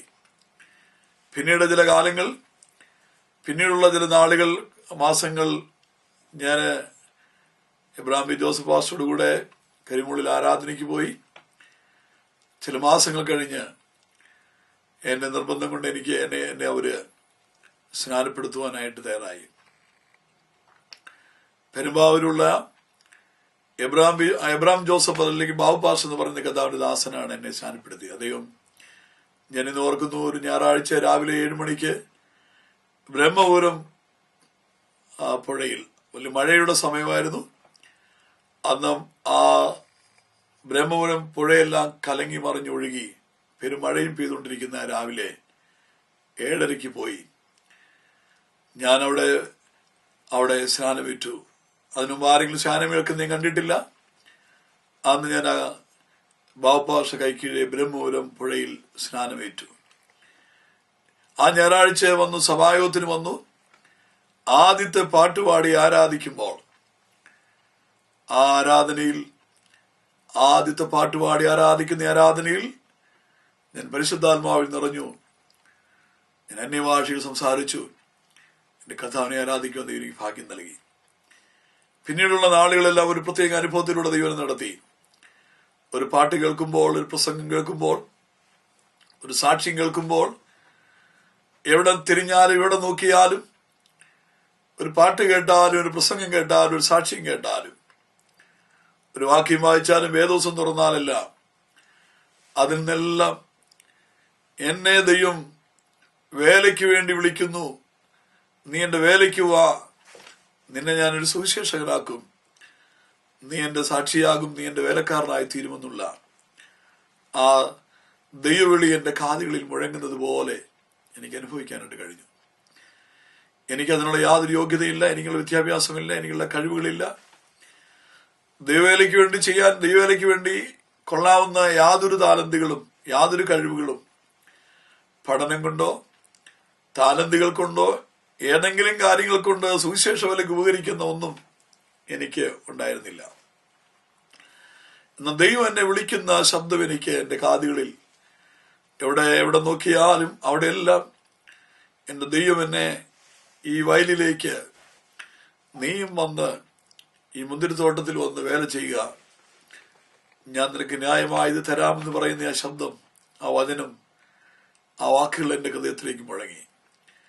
ലോകപ്രകാരം നോക്കിയാൽ മറ്റാരോടെങ്കിലും ചോദിച്ചാൽ ആർക്കും ഞാനൊരു സുവിശേഷകനായ ഒരു ദൈവവേലക്കാരനായി തീരുമെന്ന് വിചാരിക്കാനായിട്ട് കഴിയുന്ന രീതിയിലൊന്നും എനിക്ക് നിലവിൽ ഉണ്ടായിരുന്നില്ല. എന്നാൽ അങ്ങനെ ഞാനൊരു ദിവസം എൻ്റെ ബേക്കറിയിലെ ജോലി ഞാൻ വിട്ടു വന്ന് കണക്ക് തീർത്തപ്പോൾ 7 രൂപ 50 പൈസ എനിക്ക് ബാലൻസ് ഉണ്ടായിരുന്നു. ഞാൻ അതെൻ്റെ പോക്കറ്റിലിട്ട് വിശ്വാസത്താൽ ദൈവത്തിൻ്റെ വേലയ്ക്ക് വേണ്ടി ഞാൻ ഇറങ്ങി. ആദ്യം ഞാൻ ഓർക്കുന്നുണ്ട്, ഞാൻ പണിയെടുത്തിട്ട് എൻ്റെ ജീവിതത്തിൽ ഞാൻ അധ്വാനിച്ച് ഞാൻ പണിയെടുത്തിട്ട് നേടിയ ഏറ്റവും വലിയ എൻ്റെ സമ്പാദ്യം അന്ന് പണിയെടുത്ത് കിട്ടിയ പൈസ കൊണ്ട് മേടിച്ച 15 രൂപയുടെ ഒരു ബൈബിൾ മാത്രമാണ് എൻ്റെ അധ്വാനത്തിന്റെ ഫലമെന്ന് പറയാനായിട്ട് എൻ്റെ കയ്യിലുള്ളൂ. എന്നാൽ കർത്താവിന്റെ വേലയ്ക്ക് വേണ്ടി ഞാൻ ഇറങ്ങി, ദൈവത്തിന്റെ വേലയ്ക്ക് വേണ്ടി വന്നു. ആദ്യത്തെ ആഴ്ചയിൽ വന്ന് ചർച്ചിൽ വന്ന കാര്യം പറയുമ്പോൾ അത് പലർക്കും ഉൾക്കൊള്ളുവാൻ കഴിയുന്നതായിരുന്നില്ല. കാരണം ഞാൻ അന്ന് താമസിച്ചുകൊണ്ടിരുന്ന ഒരു ഞാൻ പലപ്പോഴും അതിനെക്കുറിച്ച് പറയുന്നത് നക്ഷത്ര ബംഗ്ലാവ് എന്നാണ്. എന്ന് പറഞ്ഞാൽ രാത്രിയിൽ നക്ഷത്രമൊക്കെ എൻ്റെ പെരയ്ക്കകത്ത് വരും. മഴ പെയ്താൽ ഒരു തുള്ളി വെള്ളം പോലും പുറത്തു പോകാതെ വീടിനുള്ളിൽ തന്നെ വീടാനുള്ള അറേഞ്ച്മെന്റ് വീടിനുണ്ടായിരുന്ന പോലെ അതുപോലത്തെ ഒരു ഓല വീട് അല്ലെങ്കിൽ അതുപോലത്തെ ഒരു വീട്ടിലാണ് ഞാൻ താമസിക്കുന്നത്. ആ വീടങ്ങനെ സാമ്പത്തികം ഇങ്ങനെ ജോലിയെടുത്ത് ജീവിച്ചപ്പോൾ പോലും കർത്താവിന് വേലയ്ക്ക് പോകാനായിട്ട് എൻ്റെ ജീവിതത്തിലൊന്നും സാഹചര്യം ഉണ്ടായിരുന്നില്ല. എന്നാൽ ഞാനും എൻ്റെ ഭാര്യയും കൂടി ഒരുമിച്ച് കരങ്ങൾ കോർത്ത് പിടിച്ച് പ്രാർത്ഥിച്ച് വിശ്വാസത്താൽ മുന്നോട്ട് പോയി. കർത്താവിന് സ്തോത്രം ചെയ്യുന്നു. വിശ്വാസത്താൽ ഞങ്ങൾ മുന്നോട്ട് പോയി. ഞങ്ങൾക്ക് കർത്താവിന്റെ വിളി എന്നുള്ള ഒരു ഉറപ്പല്ല, ദൈവം വിളിച്ചു എന്നുള്ള വിളിയല്ലാതെ വേറെ ഒന്നും ഞങ്ങൾക്ക് അനുകൂലമായിട്ടുണ്ടായിരുന്നില്ല. എന്നാൽ ഓരോ ദിവസങ്ങളും കടന്നുപോയി. ആമേൻ. തീരുമാനങ്ങൾ പൊളിക്കുന്ന, പുറകോട്ട് പോകാൻ തോന്നിപ്പിക്കുന്ന സാഹചര്യങ്ങൾ, തിരിച്ചു പോകാൻ തോന്നിപ്പിക്കുന്ന ഒത്തിരി സംഭവങ്ങൾ വന്നപ്പോഴും തീരുമാനങ്ങൾ പുതുക്കി എടുത്തു. ദൈവമേ, ഞാനും എൻ്റെ ഭാര്യയും എൻ്റെ കുഞ്ഞുങ്ങളും കടത്തിണ്ണയിൽ അന്തി ഉറങ്ങിയാലും സുവിശേഷ വേലയല്ലാതെ ഒരു വേല ചെയ്യില്ലെന്ന് തീരുമാനിക്കുന്ന ചില തീരുമാനങ്ങൾ എടുക്കത്തക്ക രീതിയിൽ ദൈവം ഞാൻ മനസ്സിനെ വീണ്ടും ആഴത്തിൽ ഉറപ്പിച്ചു. അങ്ങനെ അതിനുശേഷം എനിക്ക് 2 വർഷങ്ങൾ, പിന്നീടുള്ള ചില കർത്താവിന്റെ വേലയ്ക്ക് വേണ്ടി ഇറങ്ങിയതിനു ശേഷമുള്ള 2 വർഷങ്ങൾ, 2-2.5 വർഷങ്ങൾ പ്രത്യേക അനുഭവങ്ങളിലൂടെയാണ്, പ്രത്യേക ഒരു സാഹചര്യത്തിലൂടെ കടന്നുപോയി. ഒത്തിരി ഉപസിക്കാനും പ്രാർത്ഥിക്കാനും തുടങ്ങി. ഒരു ബൈബിൾ കോളേജിൽ പോയി പഠിക്കാൻ പലപ്പോഴും പലയിടത്തും ശ്രമങ്ങൾ നടത്തി, പലയിടത്തും പോയി നോക്കി, അതിൽ പലരുമായി ബന്ധപ്പെട്ട് നോക്കി. അതിനൊന്നും സാധ്യതയുണ്ടായില്ല, അതിനൊന്നും വഴികളുണ്ടായില്ല, അതിനുള്ള അവസരങ്ങൾ ലഭിച്ചില്ല. അതിനുശേഷം ഞാൻ ചെയ്തുകൊണ്ടിരുന്ന എന്തെങ്കിലും ദൈവം എനിക്ക് എന്റെ മേൽ പകരുമെന്നുള്ള വിശ്വാസത്തിൽ ഞാൻ ഉപസിക്കാനും ഞങ്ങൾ പ്രാർത്ഥിക്കാൻ തുടങ്ങി. ഒരു 7 ദിവസം ഉപസിച്ച് കഴിയുമ്പോൾ വിചാരിക്കും ഈ പ്രാർത്ഥന കഴിയുമ്പോൾ ദൈവം എന്തെങ്കിലും തരും. പക്ഷെ ഒന്നും ലഭിക്കുന്നില്ല. വീണ്ടും വിചാരിക്കും 21 ദിവസം ഉപസിച്ചാൽ ലഭിക്കും. 21 ദിവസം ഉപസിക്കുന്നു, ഒന്നും ലഭിക്കുന്നില്ല. കർത്താവിന് വേണ്ടി പ്രയോജനപ്പെടാവുന്നതായി കൃപയാകട്ടെ, കൃപാവരങ്ങളാകട്ടെ, ശുശ്രൂഷകളാകട്ടെ ഒന്നും ലഭിക്കുന്നില്ല. വർഷങ്ങൾ, ഈ പറയപ്പെട്ട വർഷങ്ങൾ മുഴുവൻ ഇങ്ങനെ ദൈവസന്നദ്ധിയിൽ കർത്താവിന്റെ മാത്രം മുഖത്തേക്ക് നോക്കി വിശ്വാസത്തോടെ കർത്താവിനെ കാത്തിരുന്നു. ഓരോ ചെറിയ ആവശ്യങ്ങൾക്ക് പോലും, ചെറിയ കാര്യങ്ങൾക്ക് പോലും, നിസ്സാരം ആവശ്യങ്ങൾക്ക് വേണ്ടി പോലും വലിയ വില കൊടുക്കേണ്ടി വന്നു, അല്ല പ്രാർത്ഥിക്കേണ്ടി, ഉപസിക്കേണ്ടി വന്നു. വളരെ ചെറിയ കാര്യങ്ങൾ പോലും വളരെ വലിയൊരു കാര്യം സാധ്യമാക്കിയെടുക്കുന്നത് പോലെ നടക്കുന്ന രീതിയിൽ ഇഴഞ്ഞിഴഞ്ഞ് നീങ്ങുന്നത് പോലെ, ഉരുണ്ടുരുണ്ട് തറയിലൂടെ ഉരുണ്ടൊരാൾ നീങ്ങുന്നത് പോലെ തോന്നുന്ന, വളരെ ബുദ്ധിമുട്ട് നിറഞ്ഞ, മുന്നോട്ട് ഒരിഞ്ഞ് നീങ്ങാൻ പറ്റാത്ത നിലയിലുള്ള ഭാരങ്ങളിലൂടെ കടന്നുപോയി. രാത്രിയുടെ യാമങ്ങളിലെല്ലാം പ്രാർത്ഥനയിൽ സമയങ്ങൾ ചെലവഴിച്ചു. ഓരോ ഇടത്തും ഓരോ വീടുകളിലെല്ലാം പോയിരുന്ന് ഉപസിക്കുകയും പ്രാർത്ഥിക്കുകയും കരയും ചെയ്തു. 21-7 ഇങ്ങനെയൊക്കെ ഉപവാസവും പ്രാർത്ഥനകളും തന്നെ ആവർത്തിച്ചു. 2 വർഷമായിട്ടൊന്നും ആ നിലയിൽ അളവിൽ വഴികൾ തുറക്കുന്നില്ല. അങ്ങനെ ഇരിക്കുമ്പോൾ ഞാൻ ഓർക്കുന്നുണ്ട്, ഒരു സഹോദരൻ ഒരച്ചായൻ എൻ്റെ അടുത്ത് വന്നിട്ട് എന്നോട് പറഞ്ഞു, ബ്രദറ് കർത്താവിന്റെ വേലയ്ക്ക് വേണ്ടി ഇറങ്ങിയില്ലേ, ബ്രദറിന് ചെയ്യാൻ പറ്റിയ ഒരു പ്രവർത്തന മണ്ഡലമുണ്ട്. അത് ഭിക്ഷക്കാരുടെ ഇടയിൽ പോയാൽ ഇയാൾ രക്ഷപ്പെടാനായിട്ട് സാധ്യതയുണ്ട്. ഭിക്ഷക്കാരുടെ ഇടയിൽ പോയി പ്രവർത്തിച്ചാൽ ഇദ്ദേഹത്തിന് പ്രവർത്തിക്കാനായിട്ട് കഴിയും. ഭിക്ഷക്കാരുടെ ഇടയിൽ പോയി പ്രവർത്തിച്ചാൽ ഇദ്ദേഹത്തിന് അത് അവിടെ വിജയിക്കാൻ കഴിയുമെന്ന് പറഞ്ഞപ്പോൾ എനിക്ക് തോന്നി, എനിക്കത് കഴിയും, ഭിക്ഷക്കാരുടെ ഇടയിൽ എനിക്ക് വിജയിക്കാൻ പറ്റുമെന്നുള്ളൊരു ചിന്തയിൽ ആ സംഘടനയുടെ മിഷണറിമാരെ എടുക്കുന്ന ആ ആദിവാസികളും ജനനിവാസികളൊക്കെ ഇടയിൽ പ്രവർത്തിക്കുന്ന സംഘടനയുടെ ഒരു മിഷണറിമാരെ എടുക്കുന്ന ഒരു ഇന്റർവ്യൂ ആലുവയിലുള്ള ബഥേൽ ആശ്രമത്തിൽ വെച്ച് നടന്നു. അദ്ദേഹം നിമിത്തം എനിക്കൊരു അവസരം കിട്ടിയ ഒരു ഇന്റർവ്യൂവിന് വേണ്ടി പോകാൻ പറ്റി. ഞാനവിടെ ചെന്നപ്പോൾ അവർ ഇന്റർവ്യൂ നടത്തിയിട്ട് പറഞ്ഞത്, ഞങ്ങൾക്ക് പറ്റുകയില്ല, ബ്രദറിനെ ഞങ്ങൾക്ക് ശരിയാവില്ല, അതുകൊണ്ട് ബുദ്ധിമുട്ടായിരിക്കും. അപ്പോൾ ഞാൻ വന്ന വഴി ദൈവത്തോട് ചോദിച്ചു, ദൈവമേ, ഭിക്ഷക്കാരുടെ പ്രവർത്തിക്കാനായിട്ട് എന്നെ കൊള്ളൂല്ലെങ്കിൽ, എന്നെ അതിനും യോഗ്യനല്ലെങ്കിൽ പിന്നെ അതിനും കുറഞ്ഞത് എനിക്ക് പ്രവർത്തിക്കാൻ പറ്റിയ മേഖല ആരായിരിക്കും, എവിടെയായിരിക്കും? അപ്പോൾ ആ വഴി യാത്രയിൽ ദൈവത്തിന്റെ ആത്മാവിനോട് പറഞ്ഞു, മകനെ, നീ വിശ്വസിച്ചാൽ നീ ദൈവത്തിന്റെ മഹത്വം കാണും. നിന്നെ വിളിച്ചവൻ വിശ്വസ്തനാണ്. വിശ്വസ്തയോടെ പിടിച്ചു നിന്നാൽ ദൈവം നിന്നെ മാനിക്കും. കർത്താവിന് സ്തോത്രം ചെയ്യുന്നു. ദൈവത്തിൽ വിശ്വസിക്കുവാനും കാത്തിരിക്കുവാനും തളരാതെ മുന്നോട്ട് പോകാൻ ദൈവം എനിക്ക് അവസരം നൽകി. അതിനുശേഷം പിന്നീട് എനിക്ക് ഒരു കർത്താവിന്റെ ദാസൻ, നൈനാൻ ഫിലിപ്പ് എന്ന് പറഞ്ഞൊരു ദൈവത്തിന്റെ ദാസൻ നിമിത്തം അദ്ദേഹം ഇവിടെ വിട്ടതിനാൽ അദ്ദേഹം മുഖാന്തരമായി പെരുമ്പാവൂരുള്ള ഒരു ബൈബിൾ കോളേജിൽ, അഹപ്പെ എന്ന് പറയുന്ന കേഞ്ചസ് പാസ്റ്റർ ബൈബിൾ സ്കൂളിൽ എനിക്ക് പഠിക്കാനായിട്ടൊരു അവസരം ഉണ്ടായി. ഒരു 6 മാസം എനിക്ക് അവിടെ പഠിക്കാനായിട്ട് കഴിഞ്ഞുള്ളൂ. പഠനം 2 വർഷത്തേക്കുണ്ടെങ്കിലും എനിക്കത് പൂർത്തീകരിക്കാൻ കഴിഞ്ഞില്ല. എൻ്റെ സാഹചര്യങ്ങൾ അതുപോലെ വല്ലാത്ത ബുദ്ധിമുട്ടിലൂടെ പോയതുകൊണ്ട് ഒരു ദിവസം പോലും മുന്നോട്ട് പോകാൻ പറ്റാത്ത സാഹചര്യങ്ങൾ, പ്രയാസങ്ങൾ, വീട്ടിലെ പ്രയാസങ്ങൾ, കുഞ്ഞിന്റെ പ്രയാസങ്ങൾ, രോഗങ്ങൾ, കഷ്ടങ്ങൾ, ആഹാരത്തിന്റെ പ്രശ്നങ്ങൾ, ഇതെല്ലാം പ്രശ്നങ്ങളുടെ മേൽ പ്രശ്നങ്ങളായി മാറിയപ്പോൾ എനിക്ക് ആ 2 വർഷത്തെ കോഴ്സ് പോലും പൂർത്തീകരിക്കാനായിട്ട് കഴിയാതെ ഞാൻ മടങ്ങിപ്പോരുകയാണ്. ഞാൻ ഇന്നത്തെ പോലെ ഓർക്കുന്നു, ഞാനുള്ള സ്നേഹിക്കുകയും ബഹുമാനിക്കുകയും ചെയ്യുന്ന ബാബു ചെറിയാൻ എന്ന് പറഞ്ഞ കർത്താവിന്റെ ദാസൻ എൻ്റെ അധ്യാപകനാണ്. അദ്ദേഹമാണ് അന്ന് അവിടെ ക്ലാസ് എടുത്തുകൊണ്ടിരുന്നത്. അന്ന് ആ കോളേജിൽ നിന്ന് മടങ്ങിപ്പോരുമ്പോൾ ഞാൻ സാറിനെ ചെന്ന് കണ്ടു. സാറിനോട് പറഞ്ഞു, സാറേ, ഞാൻ പോവുകയാണ്, എനിക്ക് പഠിച്ച് ഇവിടെ നിൽക്കാൻ പറ്റുന്നില്ല. സാർ എന്നോട് പറഞ്ഞു, ഈ വയലിൽ കണ്ടെങ്കിൽ കൊള്ളായിരുന്നു. ബാബു ചെറിയാൻ ബാസനോട് പറഞ്ഞു, നീ വയലിൽ നിന്നിരുന്നെങ്കിൽ ഈ വയലിൽ കണ്ടെങ്കിൽ കൊള്ളായിരുന്നു. പക്ഷെ ഈ പോക്ക് കണ്ടിട്ട് കാണുവാൻ ബുദ്ധിമുട്ടാണ്. എന്നാൽ ഈ വയലിൽ പിടിച്ചു നിന്നിരുന്നെങ്കിൽ നല്ലതായിരുന്നു എന്ന് പറയുന്ന ഒരു ദൂത്, ഒരു വാക്ക്, ഒരു ഉപദേശമായി എനിക്ക് ലഭിച്ചു. പക്ഷെ അതെനിക്കൊരു ദൂത് പോലെയാണ് എനിക്ക് അനുഭവപ്പെട്ടത്. ഞാൻ അവിടുന്ന് വരുന്ന വഴിക്കെല്ലാം എന്റെ ഹൃദയത്തിൽ അത് മുഴങ്ങി, ഈ വയലിൽ നിന്നാൽ നല്ലതാണ്.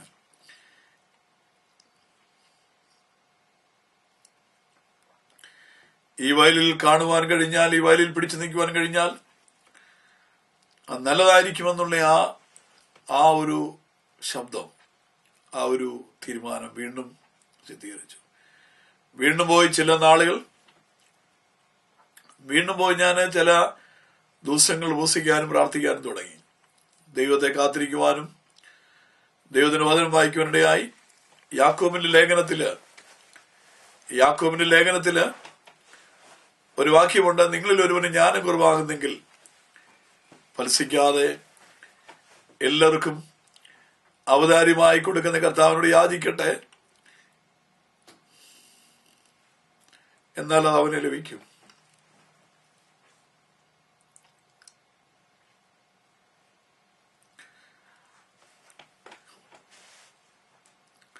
ആ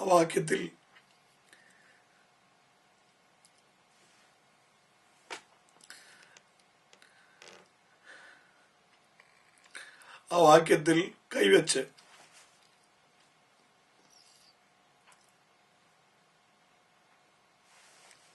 ഞാൻ ദൈവത്തോട് പ്രാർത്ഥിച്ചു, ജ്ഞാനം കുറവാണെങ്കിൽ തള്ളിക്കളയാതെ ജ്ഞാനം തരുന്നൊരു ദൈവമുണ്ട്. കഴിവില്ലെങ്കിൽ തള്ളിക്കളയാതെ, കഴിവ് കുറവായതുകൊണ്ട് ഒഴിവാക്കാത്ത, ജ്ഞാനം കുറവാണെങ്കിൽ തള്ളിക്കളയാത്ത ഒരു നല്ല യേശുവിനെ, ഒരു നല്ല കർത്താവിനെ ആണ് ഞാൻ കണ്ടെത്തിയെന്ന് എനിക്ക് ബോധ്യമായതുകൊണ്ട് ഞാൻ നാളുകൾ ആ വാക്യത്തിന്മേൽ കൈവച്ച് പ്രാർത്ഥിച്ചു. എന്റെ കയ്യിൽ വേർപ്പുണ്ട്. ആ ബൈബിളിലെ ഭാഗങ്ങൾ, ആ പേജും അതിന്റെ അടുത്ത പേജും അതിന്റെ അടുത്ത പേജുകളെല്ലാം നനഞ്ഞ് ആ പേജുകളെല്ലാം നനഞ്ഞ് അവിടെ ഒരു കുഴി പോലെ അവിടുത്തെ പല പേജുകളും ആ വേദപുസ്തകത്തിൽ നിന്ന് അലുത്തു മാറിപ്പോയി. പക്ഷേ എനിക്ക് പറയാൻ പറ്റും, അത് ഈ വേദപുസ്തകത്തിൽ നിന്ന് പോയപ്പോൾ ദൈവം അതിന്റെ ഹൃദയത്തിലേക്ക് തന്നു. ദൈവം എനിക്ക് എന്റെ ഉള്ളിലേക്ക് അത് പകരുന്നതായി എനിക്ക് മനസ്സിലാക്കുവാനായിട്ട് പറ്റി. അത് എന്റെ ഹൃദയത്തിലേക്ക് ദൈവം എന്റെ ഹൃദയത്തിലേക്ക് അത് പകരുന്നത് പോലെ എനിക്കത് ലഭിക്കുന്നതായിട്ട് എനിക്ക് തോന്നി. അങ്ങനെ ഞാൻ മുന്നോട്ട് പോയി. അതിനുശേഷം എന്റെ കൂടെ പഠിച്ച, ബൈബിൾ കോളേജിൽ എന്റെ കൂടെ പഠിച്ച ഒരു സ്നേഹിതൻ, വൈദ്യത്തിനടുത്തുള്ള ഒരു പ്രിയപ്പെട്ടവൻ, അവൻ എന്നെ വിളിച്ചിട്ട് പറഞ്ഞു, മോനെ എന്നോട് പറഞ്ഞു, സഹോദരാ വരികയാണെങ്കിൽ നമുക്കിവിടെ ചില ദിവസങ്ങൾ ഇവിടെ ചില വീടുകളിലൊക്കെ പോയി ലഘുലേഖയൊക്കെ കൊടുക്കാം, നമുക്ക് സുവിശേഷം പറയാതെ പറഞ്ഞു. അങ്ങനെ ഞാൻ പോയി അദ്ദേഹത്തിന്റെ കൂടെ പോയി പല വീടുകളിൽ പോയി ലഘുലേഖ കൊടുക്കുകയും അതിനുശേഷം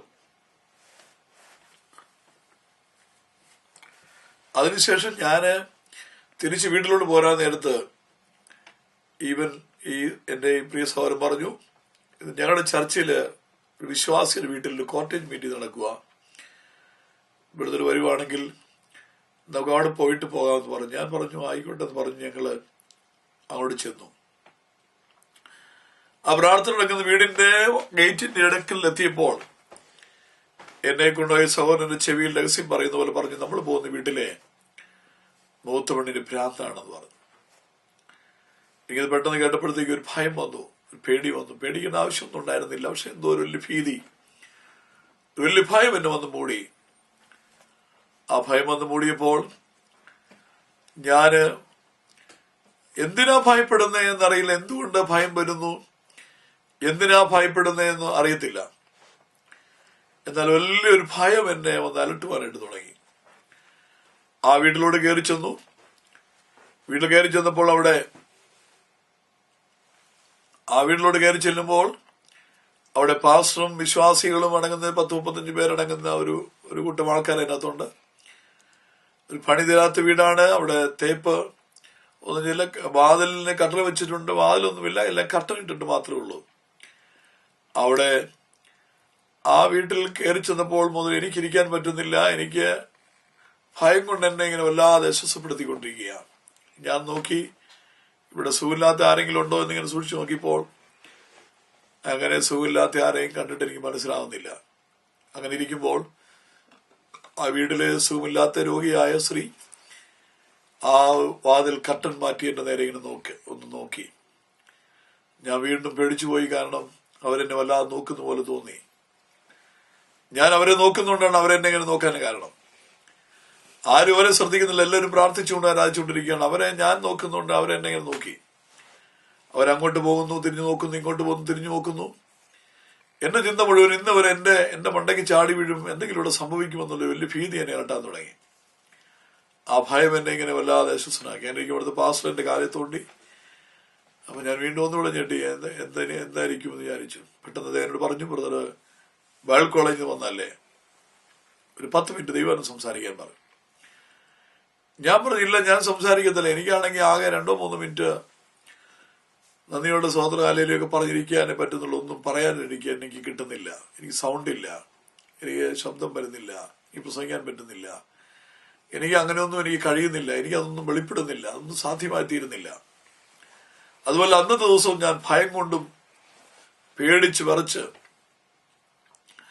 നിരാശപ്പെട്ട് വേദനിച്ചിരിക്കുന്ന, അല്ലെങ്കിൽ ഭയം കൊണ്ട് ഇറങ്ങി ഓടാൻ ശ്രമിച്ചിരിക്കുന്ന അവസ്ഥയാണ്. അന്നേരം എങ്ങനെ പ്രസംഗിക്കാൻ പറഞ്ഞാൽ പറ്റും, അല്ലാത്തപ്പോ പറ്റുന്നില്ല, പിന്നെ അന്നേരം എങ്ങനെ പറ്റും? അദ്ദേഹം പറഞ്ഞില്ല, ബ്രദർ ബൈബിൾ കോളേജിൽ വന്നല്ലേ, 10 മിനിറ്റ് ദൈവം സംസാരിക്കണം, നിർബന്ധം പറഞ്ഞു. ഞാൻ ഒരു പ്ലാസ്റ്റിക് കവറിലാണ് എന്റെ ബൈബിൾ ഇട്ടുകൊണ്ട് പോയത്. ഞാൻ ബൈബിൾ എടുത്ത് പ്ലാസ്റ്റിക് കവറിനകത്തേക്ക് ഇട്ട് മടക്കി പതുക്കെ ഇറങ്ങിപ്പോകാമെന്നുള്ള ചിന്തയിൽ ഞാൻ ഇങ്ങനെ ഇരിക്കുമ്പോൾ, അങ്ങനെ ചിന്തിച്ചുകൊണ്ടിരിക്കുമ്പോൾ, ഞാൻ മറ്റേ ബ്രദറിനോടൊന്നൊക്കെ കണ്ണു കാണിച്ചിട്ട് പോകാമെന്ന് വിചാരിച്ചപ്പോൾ എനിക്ക് അങ്ങനെ നോക്കുന്നില്ല. ഞാൻ ഇറങ്ങിപ്പോകാനായിട്ട് ഇങ്ങനെ ശ്രമിച്ചുകൊണ്ടിരിക്കുമ്പോൾ ആ സ്ത്രീ അങ്ങോട്ട് നടക്കുന്നു, ഇങ്ങോട്ട് പോകുന്നു. എന്റെ ഭയം ഇങ്ങനെ ഓർമ്മിച്ചുകൊണ്ടിരിക്കുകയാണ്. ഇങ്ങനെ ഇരിക്കുമ്പോൾ ഞാൻ എന്റെ ദൈവത്തോട്, എന്റെ നെഞ്ചത്ത് കൈവച്ച് ഞാൻ ദൈവത്തോട് ചോദിച്ചു, ദൈവമേ, നീ എന്നെ എന്തിനിങ്ങനെ സൃഷ്ടിച്ചു വിട്ടു? നീ എന്തിനെ ഇങ്ങനെ സൃഷ്ടിച്ചു? ഞാൻ മര്യാദയ്ക്ക് ജോലി ചെയ്ത് ജീവിച്ച മനുഷ്യനല്ലേ? വേലയ്ക്ക് വാ എന്ന് പറഞ്ഞ് വിളിച്ച് ഈ കഴിഞ്ഞ 2 വർഷങ്ങൾ എത്രയോ 7, എത്രയോ 21 ആവർത്തിച്ച് ഉപസിക്കുകയും പ്രാർത്ഥിക്കുകയും ചെയ്തു. എന്റെ ആരോഗ്യം എനിക്ക് നഷ്ടപ്പെട്ടു, എന്റെ സമയങ്ങൾ നഷ്ടപ്പെട്ടു. ഇത്രയും നാളായിട്ടും എനിക്ക് ഒന്നും ദൈവത്തിൽ നിന്ന് ലഭിക്കുന്നുമില്ല. എന്റെ ആരോഗ്യം പോയി, എന്റെ ധൈര്യം പോയി. എന്റെ ജീവിതം എന്തായിത്തീരും എന്ന് ഞാനിങ്ങനെ പെറുപിറുക്കുന്ന ഭാഷയിൽ പറഞ്ഞു പോ. അത്രയ്ക്കും തകർന്ന ഒരവസ്ഥ വന്നതുകൊണ്ട് അങ്ങനെ ഞാൻ പറഞ്ഞു. ആ നിമിഷത്തിൽ ഞാൻ പറയുമ്പോൾ പെട്ടെന്ന് എന്റെ തലയിൽ നിന്ന് ഇടിച്ചിറങ്ങുന്നത് പോലെ വലിയ ദൈവശക്തി ആവരിച്ചു. ഞാൻ ഒരിക്കലും പ്രതീക്ഷിച്ചതല്ല. ഒരു വലിയ ദൈവശക്തി എന്റെ മേൽ ഇടിച്ചിറങ്ങി വരുന്നത് പോലെ, എന്തോ തലയ്ക്ക് വന്ന് അടിച്ച് താഴേക്ക് ഇറങ്ങിപ്പോകുന്ന പോലെ എനിക്ക് തോന്നി. ഒരു വലിയ ദൈവശക്തി എന്നെ വിളി ആവരിച്ചു. ഞാനതിന് സാധാരണ പറയുന്നൊരു വാക്യമുണ്ട്, ബലം നിന്നിലുള്ള മനുഷ്യൻ ഭാഗ്യവാൻ, ഇങ്ങനെയുള്ള മനസ്സിൽ സിയോനിലേക്കുള്ള പെരുവഴികളുണ്ട്. ഓരോ കണ്ണുനീരിനും, ഓരോ പ്രാർത്ഥനയ്ക്കും, ഓരോ ആരാധനയ്ക്കും, അന്യഭാഷയിൽ സംസാരിക്കുന്ന മനുഷ്യരോടല്ല, ദൈവത്തോടത്രേ സംസാരിക്കുന്നവൻ തനിക്ക് താൻ ആത്മീയ വർധന വരുത്തുന്നു. അപ്പോൾ ഓരോ അന്യഭാഷ പറയുമ്പോഴും, ഓരോ തുള്ളി കണ്ണുനീര് വീഴുമ്പോഴും, ഓരോ ഉപവാസവും പ്രാർത്ഥനയും നടക്കുമ്പോഴും നാം ബലം ശേഖരിക്കുകയാണ്. ആ ബലം ഒരുപക്ഷെ നമ്മുടെ ദൈനംദിന ജീവിതത്തിലോ നമ്മൾ ബിസിനസ് ചെയ്യുന്നിടത്തും ജോലി ചെയ്യുന്നിടത്തും യാത്ര ചെയ്യുന്നിടത്തും ഒന്നും വെളിപ്പെട്ടെന്ന് വരത്തില്ല. എന്നാൽ അതൊരു നിക്ഷേപം പോലെ, അത് ഓരോ താഴെ വീഴുന്ന ഓരോ കണ്ണുനീരും ദൈവത്തിന്റെ ആ തുരുത്തിയിൽ, ദൈവത്തിന്റെ പക്കൽ അതൊരു സമ്പാദ്യമായി, ബലമായി ശേഖരിക്കപ്പെടുകയാണ്. എനിക്ക് മനസ്സിലായി. ഞാൻ ദൈവത്തോട് ചോദിച്ചു, ഞാൻ ഇത്രയും കാലം കരഞ്ഞിട്ടും പ്രാർത്ഥിച്ചിട്ടും ഉപസിച്ചിട്ടും എനിക്ക് തരാൻ ഒന്നുമില്ലാതായി പോയി.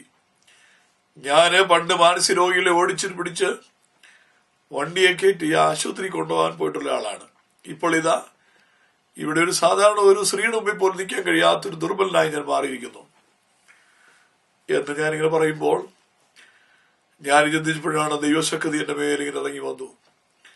എന്റെ കൈകാലും ഒക്കെ വിറയ്ക്കാൻ തുടങ്ങി. ആദ്യം വിറച്ചതുപോലെ, വിറച്ചതുപോലെയല്ല. എനിക്ക് ഒരു വാക്യം കർത്താവ് വചനത്തിൽ നിന്ന് തന്നു. അങ്ങനെ നിൽക്കുമ്പോൾ ബാസ് പറഞ്ഞു, ഈ സഹോദരൻ ഇപ്പോൾ എഴുന്നേറ്റ് 10 മിനിറ്റ് ദൈവം സംസാരിക്കുമെന്ന് പറഞ്ഞു. ഞാൻ ചാടി എഴുന്നേറ്റു. അന്ന് ആദ്യമായി കണ്ണു തുറന്ന് ജനത്തിനു മുമ്പിൽ നിന്നു. എന്റെ ശബ്ദം മാറി, എന്റെ രീതികളെല്ലാം മാറി. എന്റെ കാല് നിലത്ത് ചവിട്ടിയാണോ നിൽക്കുന്നതെന്ന് എനിക്ക് അറിയത്തില്ല. വലിയൊരു ശക്തി എന്നിലേക്ക്, ദൈവശക്തി എന്നിലേക്ക് വന്നു. വലിയ അധികാരത്തോടെ സംസാരിച്ചു. 10 മിനിറ്റ് മുമ്പ് പാസ്റ്ററിന്റെ കാലെ തൊണ്ടി എന്നെ വിളിച്ചിട്ട് പറഞ്ഞു, ബ്രദർ മുഴുവൻ സമയം ഇവിടെ ദൈവം സംസാരിച്ചാട്ടെ എന്ന് പറഞ്ഞു. അന്ന് രാത്രിയിൽ ഞാൻ നീണ്ട 1.5 മണിക്കൂർ ദൈവത്തിന് സംസാരിച്ചു. 3 മിനിറ്റ് പോലും സംസാരിക്കാൻ പ്രാപ്തിയില്ലാത്ത ഞാൻ ആ രാത്രിയിൽ പെട്ടെന്ന് 1.5 മണിക്കൂർ പ്രസംഗിക്കുന്നവരായി. അന്ന് രാത്രി അവിടെ പലരും ആത്മാവിൽ നിറഞ്ഞ് അഭിഷേകം പ്രാപിച്ചു. ഞാൻ നോക്കിയപ്പോൾ ആ സുഖമില്ലാത്ത സ്ത്രീ വന്ന് അവിടെ മുട്ടുകുത്തി. ഞാൻ ചെന്നവിടെ തലയിൽ കൈവച്ച് പ്രാർത്ഥിച്ചു.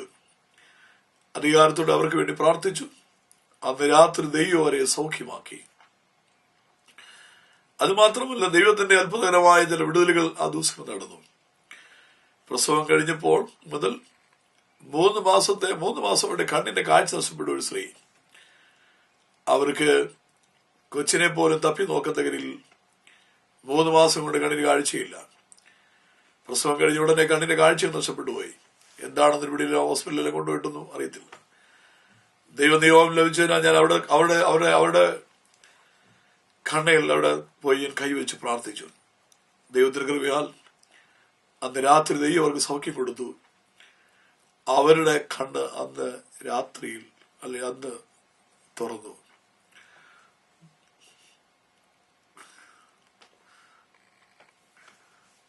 ദൈവത്തിന്റെ ഒരു വലിയ കരുണ ഞാനന്ന് അനുഭവിച്ചു. ഞാൻ പറയട്ടെ, വിളിച്ച ദൈവം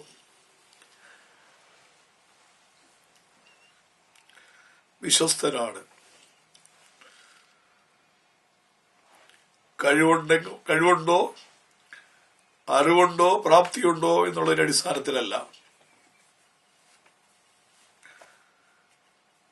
എന്റെ അറിവോ, എന്റെ കഴിവോ, എന്റെ പഠനമോ, എന്റെ എന്തെങ്കിലുമല്ല. എന്നെ വിളിച്ചവൻ വലിയവനായ ദൈവമാണ്. എന്നെ വിളിച്ചവൻ സർവശക്തനാണ്. അവന്, എന്റെ ദൈവത്തിന് എന്റെ ഇല്ലായ്മകളെ മാറ്റുവാൻ കഴിയുന്നവനാണ്. കഴിവില്ലെങ്കിൽ, അറിവില്ലെങ്കിൽ, പണമില്ലെങ്കിൽ, ആരോഗ്യമില്ലെങ്കിൽ, ജ്ഞാനമില്ലെങ്കിൽ, എന്തൊക്കെ ഇല്ലാതിരുന്നത് തരാനെല്ലാം കഴിയുന്ന ഒരു ദൈവമാണ് എന്നെ വിളിച്ചത്. ആ ദൈവമാണ് നിങ്ങളെയും വിളിക്കുന്നത്. ആ ദൈവമാണ് നമ്മളെല്ലാവരെയും വിളിക്കുന്നത്. കർത്താവിന് സ്തോത്രം ചെയ്യുന്നു. ഞാൻ ഓർപ്പിക്കട്ടെ, അന്ന് മുതൽ എന്റെ ജീവിതത്തിന്റെ സ്ഥിതി, സാഹചര്യങ്ങൾ ദൈവം മാറ്റി. ദൈവം എന്നെ ഈ ശുശ്രൂഷയിലേക്ക് കൊണ്ടുവന്നു. ഒരു യോഗ്യതയില്ലാതിരുന്ന എനിക്ക്, കഴിവില്ലാതിരുന്ന എനിക്ക് ദൈവം അനേക വഴികൾ തുറന്നു. ഇന്ത്യയുടെ അനേക സ്റ്റേറ്റുകളിൽ ഞാൻ യാത്ര ചെയ്തു. അനേക നാളുകൾ വിവിധ നിലകളിൽ ഇന്ത്യയുടെ അനേക സ്റ്റേറ്റുകളിൽ 25ഓളം സ്റ്റേറ്റുകളെങ്കിലും ഞാൻ യാത്ര ചെയ്തിട്ടുണ്ട്. ഒത്തിരി സ്ഥലങ്ങളിൽ പോകുവാൻ, ശുശ്രൂഷിപ്പാൻ ദൈവം എനിക്ക് അവസരം നൽകി. ഇന്ത്യക്ക് വെളിയിലാണെങ്കിലും അനേക യാത്രകൾ ചെയ്യുവാൻ ദൈവം എനിക്ക് പിൻകാലത്ത് അവസരം നൽകി. മിക്കവാറും എല്ലാ ഗൾഫ് നാടുകളിലും മിക്കവാറും സ്ഥലങ്ങളിലൊക്കെ അനേക പ്രാവശ്യങ്ങൾ യാത്ര ചെയ്യുവാൻ ദൈവം എനിക്ക് അവസരം നൽകി. യൂറോപ്പിൽ, ഈ മലയാളം മാത്രമുള്ള എനിക്ക് യൂറോപ്പിൽ, സ്വീഡൻ അങ്ങനെയുള്ള സ്ഥലങ്ങളിൽ യാത്ര ചെയ്യുവാൻ ദൈവം അവസരം നൽകി. UK ഒരുമാതിരി എല്ലാ സ്ഥലങ്ങളിലും അനേക പ്രാവശ്യം യാത്ര ചെയ്യുവാൻ ദൈവം എനിക്ക് അവസരം നൽകി. ഓസ്ട്രേലിയയിൽ പോകുവാൻ അവസരം നൽകി. അമേരിക്കയിലും പോകുവാൻ ദൈവം എനിക്ക് അവസരം നൽകി. എന്നെ വിളിക്കുമ്പോൾ, എന്റെ ദൈവം എന്നെ വിളിക്കുമ്പോൾ എനിക്ക് എന്തില്ലാതിരുന്നോ അതൊന്നും എന്റെ അനുഗ്രഹത്തിന് തടസ്സമായിരുന്നില്ല. എന്റെ പാപങ്ങൾ, എന്റെ കുറവുകൾ, എന്റെ പ്രാർത്ഥന കുറവുകൾ, എന്റെ നന്ദികേടുകൾ, എന്റെ അവിശ്വസതകൾ, അല്ലെങ്കിൽ എന്റെ വിശ്വസ്തത കുറവുകളെല്ലാം എന്റെ അരികിൽ തടസ്സമായിട്ടുമുണ്ട്.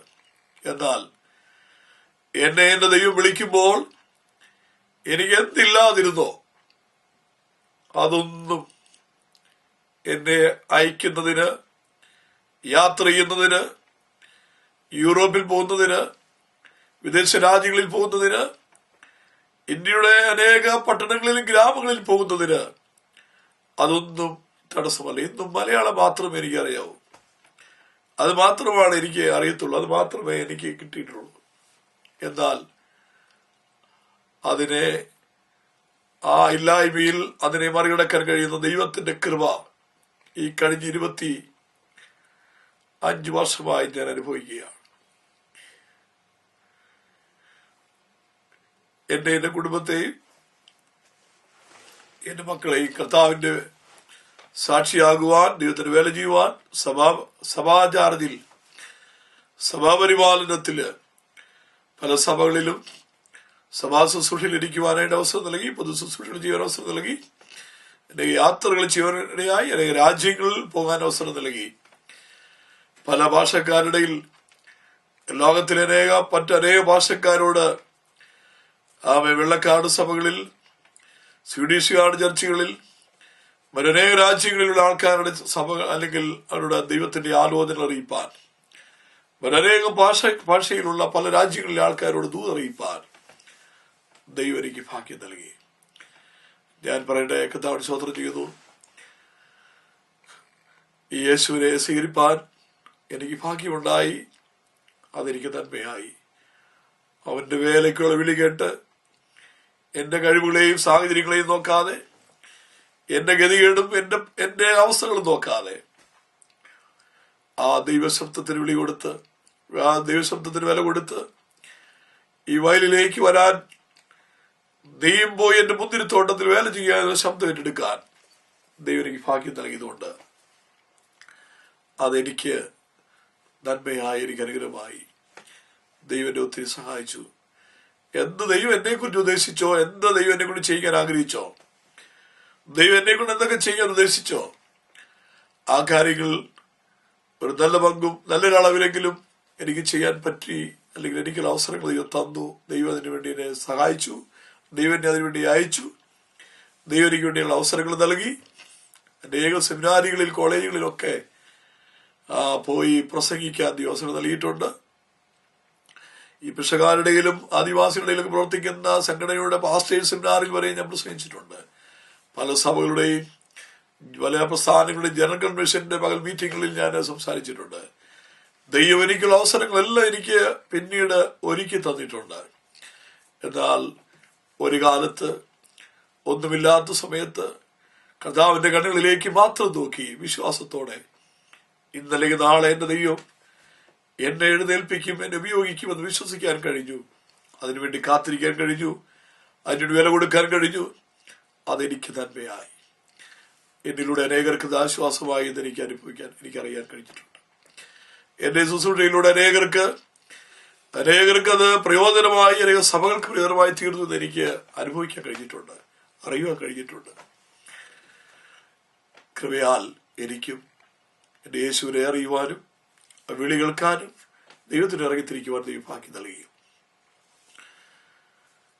ജ്ഞാനികളെ ലജ്ജിപ്പാൻ ദൈവ ലോകത്ത് പോഷത്വമായതിനെ തെരഞ്ഞെടുത്തു പോലെ വെറും പോഷത്വമായ എന്നെ, ആർക്കും വേണ്ടാതിരുന്ന എന്നെ, ശാപം മാത്രം ഉണ്ടായിരുന്ന എന്നെ, നിരാശ മാത്രം ഉണ്ടായിരുന്ന എന്നെ, ഒരു പ്രതീക്ഷയ്ക്ക് വകയില്ലാതിരുന്ന എനിക്ക് യേശുവിനോട് ജീവിക്കാൻ കഴിഞ്ഞത്, ഈ സത്യത്തിന് വേണ്ടി ഇറങ്ങാൻ കഴിഞ്ഞത്, ഈ വിളി കേൾക്കാൻ കഴിഞ്ഞത്, വേല ചെയ്യാൻ കഴിഞ്ഞത്, ദൈവരാജ്യത്തിന് ഇറങ്ങാൻ കഴിഞ്ഞത് എനിക്ക് വലിയ ഭാഗ്യമായി പോയി. എന്നെ ഇത്രത്തോളം കൊണ്ടുവന്ന, എന്നെ ഇത്രത്തോളം നടത്തിയ എന്റെ ഓർത്ത, എന്നെ ഈ മഹത്വമുള്ള വേലയ്ക്ക് വേണ്ടി കണ്ട, എനിക്ക് വല്ല അവസരം നൽകിയ, എന്നെ കടാക്ഷിച്ച ദൈവത്തിനും ആകെ ഞാൻ ഒരിക്കൽ കൂടി സമർപ്പിക്കുന്നു. ഇതുവരെ എന്റെ സാക്ഷ്യം കേട്ട പ്രിയപ്പെട്ടവരോട് ഞാൻ ഓർപ്പിക്കട്ടെ, എന്നെ വിളിച്ച് ഇത്രത്തോളം മാനിക്കാനും ഉപയോഗിക്കാനും നടത്താനും ഈ മഹത്വമുള്ള വേല ചെയ്യിക്കുവാനും ഇത്രയധികം യാത്രകൾ ചെയ്യുവാനും ദൈവരാജ്യത്തിനും ദൈവസഭയ്ക്കും ദൈവനാമത്തിനും അനേകർക്കും പ്രയോജനമാക്കുവാനായിട്ട് എന്റെ ദൈവത്തിന് കഴിഞ്ഞെങ്കിൽ ഞാൻ എന്റെ സാക്ഷ്യത്തിൽ നിന്ന് ഇത് കേൾക്കുന്ന നിങ്ങളെ ഞാൻ ഓർപ്പിക്കുന്നു. ഈ ദൈവം നിങ്ങളെ ഈ വേലയ്ക്ക് വേണ്ടി വിളിച്ചെങ്കിൽ, ഈ ശബ്ദം നിങ്ങൾ കേട്ടെങ്കിൽ, ഈ കഥാവിന്റെ ശബ്ദം നിങ്ങൾ കേൾക്കുവാനായിട്ട് കഴിയുന്നെങ്കിൽ, ഈ ദൈവത്തിന് വേണ്ടി ഈ കഥാവിനെ സ്നേഹിക്കാനോ സേവിക്കാനോ ദൈവത്തിന്റെ വേല ചെയ്യുവാനോ നിങ്ങൾ ആഗ്രഹിക്കുന്നുണ്ടെങ്കിൽ, ഞാൻ പറയട്ടെ, നിങ്ങൾ തിരിഞ്ഞു നോക്കുമ്പോൾ നിങ്ങളുടെ കഴിവില്ലായ്മയിലേക്കും നിങ്ങളുടെ അറിവില്ലായ്മയിലേക്കും നിങ്ങളുടെ പ്രതികൂല സാഹചര്യങ്ങളിലേക്കും നിങ്ങളെ ബുദ്ധിമുട്ടിക്കുന്ന നൂറ് വേദനിപ്പിക്കുന്ന ഭാരപ്പെടുത്തുന്ന വിഷയങ്ങളിലേക്ക് നിങ്ങൾ നോക്കുമ്പോൾ, എനിക്ക് ഒരു ഭാവി ഉണ്ടാകുമോ, എനിക്ക് രക്ഷപ്പെടുവാൻ കഴിയുമോ, എനിക്ക് ദൈവത്തിന് വേണ്ടി ദൈവരാജ്യത്തിന് വേണ്ടി എന്തെങ്കിലും ചെയ്യാൻ കഴിയുമോ, എനിക്ക് ഈ അവസ്ഥയിൽ എങ്ങനെ രക്ഷപ്പെടാൻ കഴിയും, എനിക്ക് എങ്ങനെ പ്രയോജനപ്പെടുവാൻ എനിക്ക് എന്തെങ്കിലും സാധ്യമാകുമോ എന്ന് ചിന്തിക്കുന്നുണ്ടെങ്കിൽ, ഞാൻ നിങ്ങളോട് പറയട്ടെ, എന്നെ ഈ അവസ്ഥയിൽ നിന്ന് വിളിച്ച് ഇത്രത്തോളം ഉപയോഗപ്പെടുത്തുവാനും സഹായിക്കാനും ഈ ദൈവത്തിന് കഴിയുമെങ്കിൽ നിങ്ങളെ എത്രയധികമായി ദൈവത്തിന് അത് കഴിയും. അതുകൊണ്ട് നിങ്ങളുടെ സാഹചര്യങ്ങൾ എന്തൊക്കെയായിരുന്നാലും, നിങ്ങൾ നേരിടുന്ന പ്രശ്നങ്ങൾ എന്തൊക്കെയായിരുന്നാലും, നിങ്ങൾ നോക്കുമ്പോൾ ശുശ്രൂഷ വെളിപ്പെടുന്നില്ലെന്ന് തോന്നിയേക്കാം, വഴികൾ തുറക്കുന്നില്ലെന്ന് തോന്നിയേക്കാം, ഒന്നും സാധ്യമല്ലെന്ന് തോന്നിയേക്കാം, എനിക്കതിന് കഴിവില്ല, എനിക്കതിന് സാധ്യതയില്ല, എനിക്ക് അത് ആകുമെന്ന് തോന്നുന്നില്ലെന്ന് തോന്നിയേക്കാം. എന്നാൽ ഇന്ന് ഞാൻ പറയുന്നു, എന്റെ ദൈവത്തിന് നിങ്ങളെ കൊണ്ടുവന്ന് ജയിക്കാൻ കഴിയും, നിങ്ങളെ ഉപയോഗിക്കാൻ കഴിയും, നിങ്ങളെ അയക്കാൻ കഴിയും, നിങ്ങളെ കൊണ്ട് ആത്മാക്കളെ നേടുവാൻ കഴിയും, നിങ്ങളെ കൊണ്ട് ശുശ്രൂഷിപ്പിക്കാൻ ദൈവത്തിന് കഴിയും. നിങ്ങളുടെ ഭാവിയും ദൈവത്തിന്റെ നാമത്തിലും അവന്റെ കൃപയാലും അവന്റെ വചനപ്രകാരം ഒരു അനുഗ്രഹിക്കപ്പെട്ട നിലയിലേക്ക് നിങ്ങളെ കൊണ്ടുവത്തിക്കുവാൻ ദൈവത്തിന് കഴിയും. മീനുളുമ്പ് നാറുന്ന മുക്കുവനെ കൊണ്ട് ഭൂലോകം കീഴ്മേൽ മറിക്കുന്ന നിലകളിൽ അവന്റെ നിഴലിന് പോലും പിൻകാലത്ത് വില കൽപ്പിക്കപ്പെടുന്ന നിലയിൽ പത്രോസിനെ മാറ്റിയ ദൈവം കർത്താവിന് നീയോട് സ്തോത്രം ചെയ്യുന്നു. മുന്തിരിച്ചക്കിനരികെ ഭയന്ന് വിറച്ച് ഒതുങ്ങിക്കൂടിയ ഗിദെയോനെ കൊണ്ട് ആ മിദ്യാനി പാളയത്തെ ഞടുക്കുന്ന ആ ഗിദെയോന്റെ പേര് കേൾക്കുമ്പോൾ മിദ്യാനി പാളയം ഞടുങ്ങുന്നത് പോലെ അവനെ ഒരു കാലത്ത് ഇസ്രായേൽക്ക് മിദ്യാനിനെ ഭയപ്പെട്ടെങ്കിൽ പിൻകാലത്ത് ഗിദെയോനെ മിദ്യാനിന് ഭയപ്പെടുത്തക്ക രീതിയിൽ അവനെ വേറൊരു ലെവലിൽ ന്യായാധിപനായി അധികാരിയായി അവൻ യുദ്ധം ജയിക്കുന്നവനാക്കി ഉപയോഗിക്കാൻ ദൈവത്തിന് കഴിഞ്ഞെങ്കിൽ, എന്നെ അല്ലെങ്കിൽ ഉപയോഗിച്ച, എന്നെ നടത്തിയ, എന്നെ ഇതുവരെ കരുതിയ ഈ ദൈവത്തിന് നിങ്ങളെയും നിങ്ങൾക്കും ഒരു വഴി, നിങ്ങളെ ഉപയോഗിക്കും, നിങ്ങൾ ഉപയോഗിക്കപ്പെടും. നിങ്ങളുടെ ജീവിതത്തിൽ ഒരു പുതിയ അധ്യായം നിങ്ങൾ കാണും. ഇതുവരെ നിങ്ങൾ കണ്ടതും കേട്ടതും അറിഞ്ഞതുമായ അനുഭവത്തിനപ്പുറത്ത് നിങ്ങളിൽ ഒരു വലിയ കാര്യം എന്റെ ദൈവം ചെയ്യുമെന്ന് എനിക്ക് വലിയ ഉറപ്പുണ്ട്. അതുകൊണ്ട് എന്റെ അനുഭവം വെച്ചിട്ട് ഞാൻ പറയുന്നു, നിങ്ങൾ വിലപ്പെട്ടവരാണ്, നിങ്ങളുടെ വിളി വലുതാണ്, നിങ്ങൾ ആരും ചെറിയവരല്ല, നിങ്ങളെ ദൈവം അത്ഭുതമായി ഉപയോഗിക്കുമെന്ന് എനിക്ക് ഉറപ്പിച്ചു പറയാനായിട്ട് കഴിയും. അതെനിക്ക് ഒത്തിരി പേരെ ഞാൻ കണ്ടിട്ടുണ്ട്, ഞാൻ അറിഞ്ഞിട്ടുണ്ട്, ഞാൻ മനസ്സിലാക്കിയിട്ടുണ്ട്. എന്റെ അനുഭവം അതാണ്. നമുക്കൊരു നിമിഷം പ്രാർത്ഥിക്കാം, ഒന്ന് സമർപ്പിക്കാം. കരുണയുടെ ദൈവമേ, സ്വർഗീയ പിതാവേ, അങ്ങയുടെ ബലമുള്ള കരങ്ങളിലേക്ക് ഏൽപ്പിക്കുന്നു. ഇത്രത്തോളം ഞങ്ങളെ കൊണ്ടുവരികയും ഉപയോഗിക്കുകയും ചെയ്ത ദൈവമേ, കർത്താവേ, സാക്ഷ്യം കേൾക്കുന്ന നിന്റെ മക്കൾക്കും നിന്റെ ബലവും ധൈര്യവും ശക്തിയും നൽകി നിന്റെ രാജ്യത്തിന് വേണ്ടി, നിന്റെ നാമത്തിന് മൊത്തത്തിന് വേണ്ടി ഉപയോഗിപ്പാൻ അങ്ങയുടെ ബലമുള്ള കരങ്ങളിലേക്ക് കർത്താവ് എടുത്ത് ഉപയോഗിക്കുന്നതിനായി ദൈവത്തിന്റെ ബലമുള്ള കരങ്ങളിലേക്ക് ഏൽപ്പിച്ച് പ്രാർത്ഥിക്കുന്നു, ദൈവങ്ങളിൽ സമർപ്പിക്കുന്നു. കർത്താവേ, ഒന്നുമില്ല സമ്മതിക്കുന്നു. പ്രാർത്ഥന കേട്ടുകൊണ്ട് സ്തോത്രം.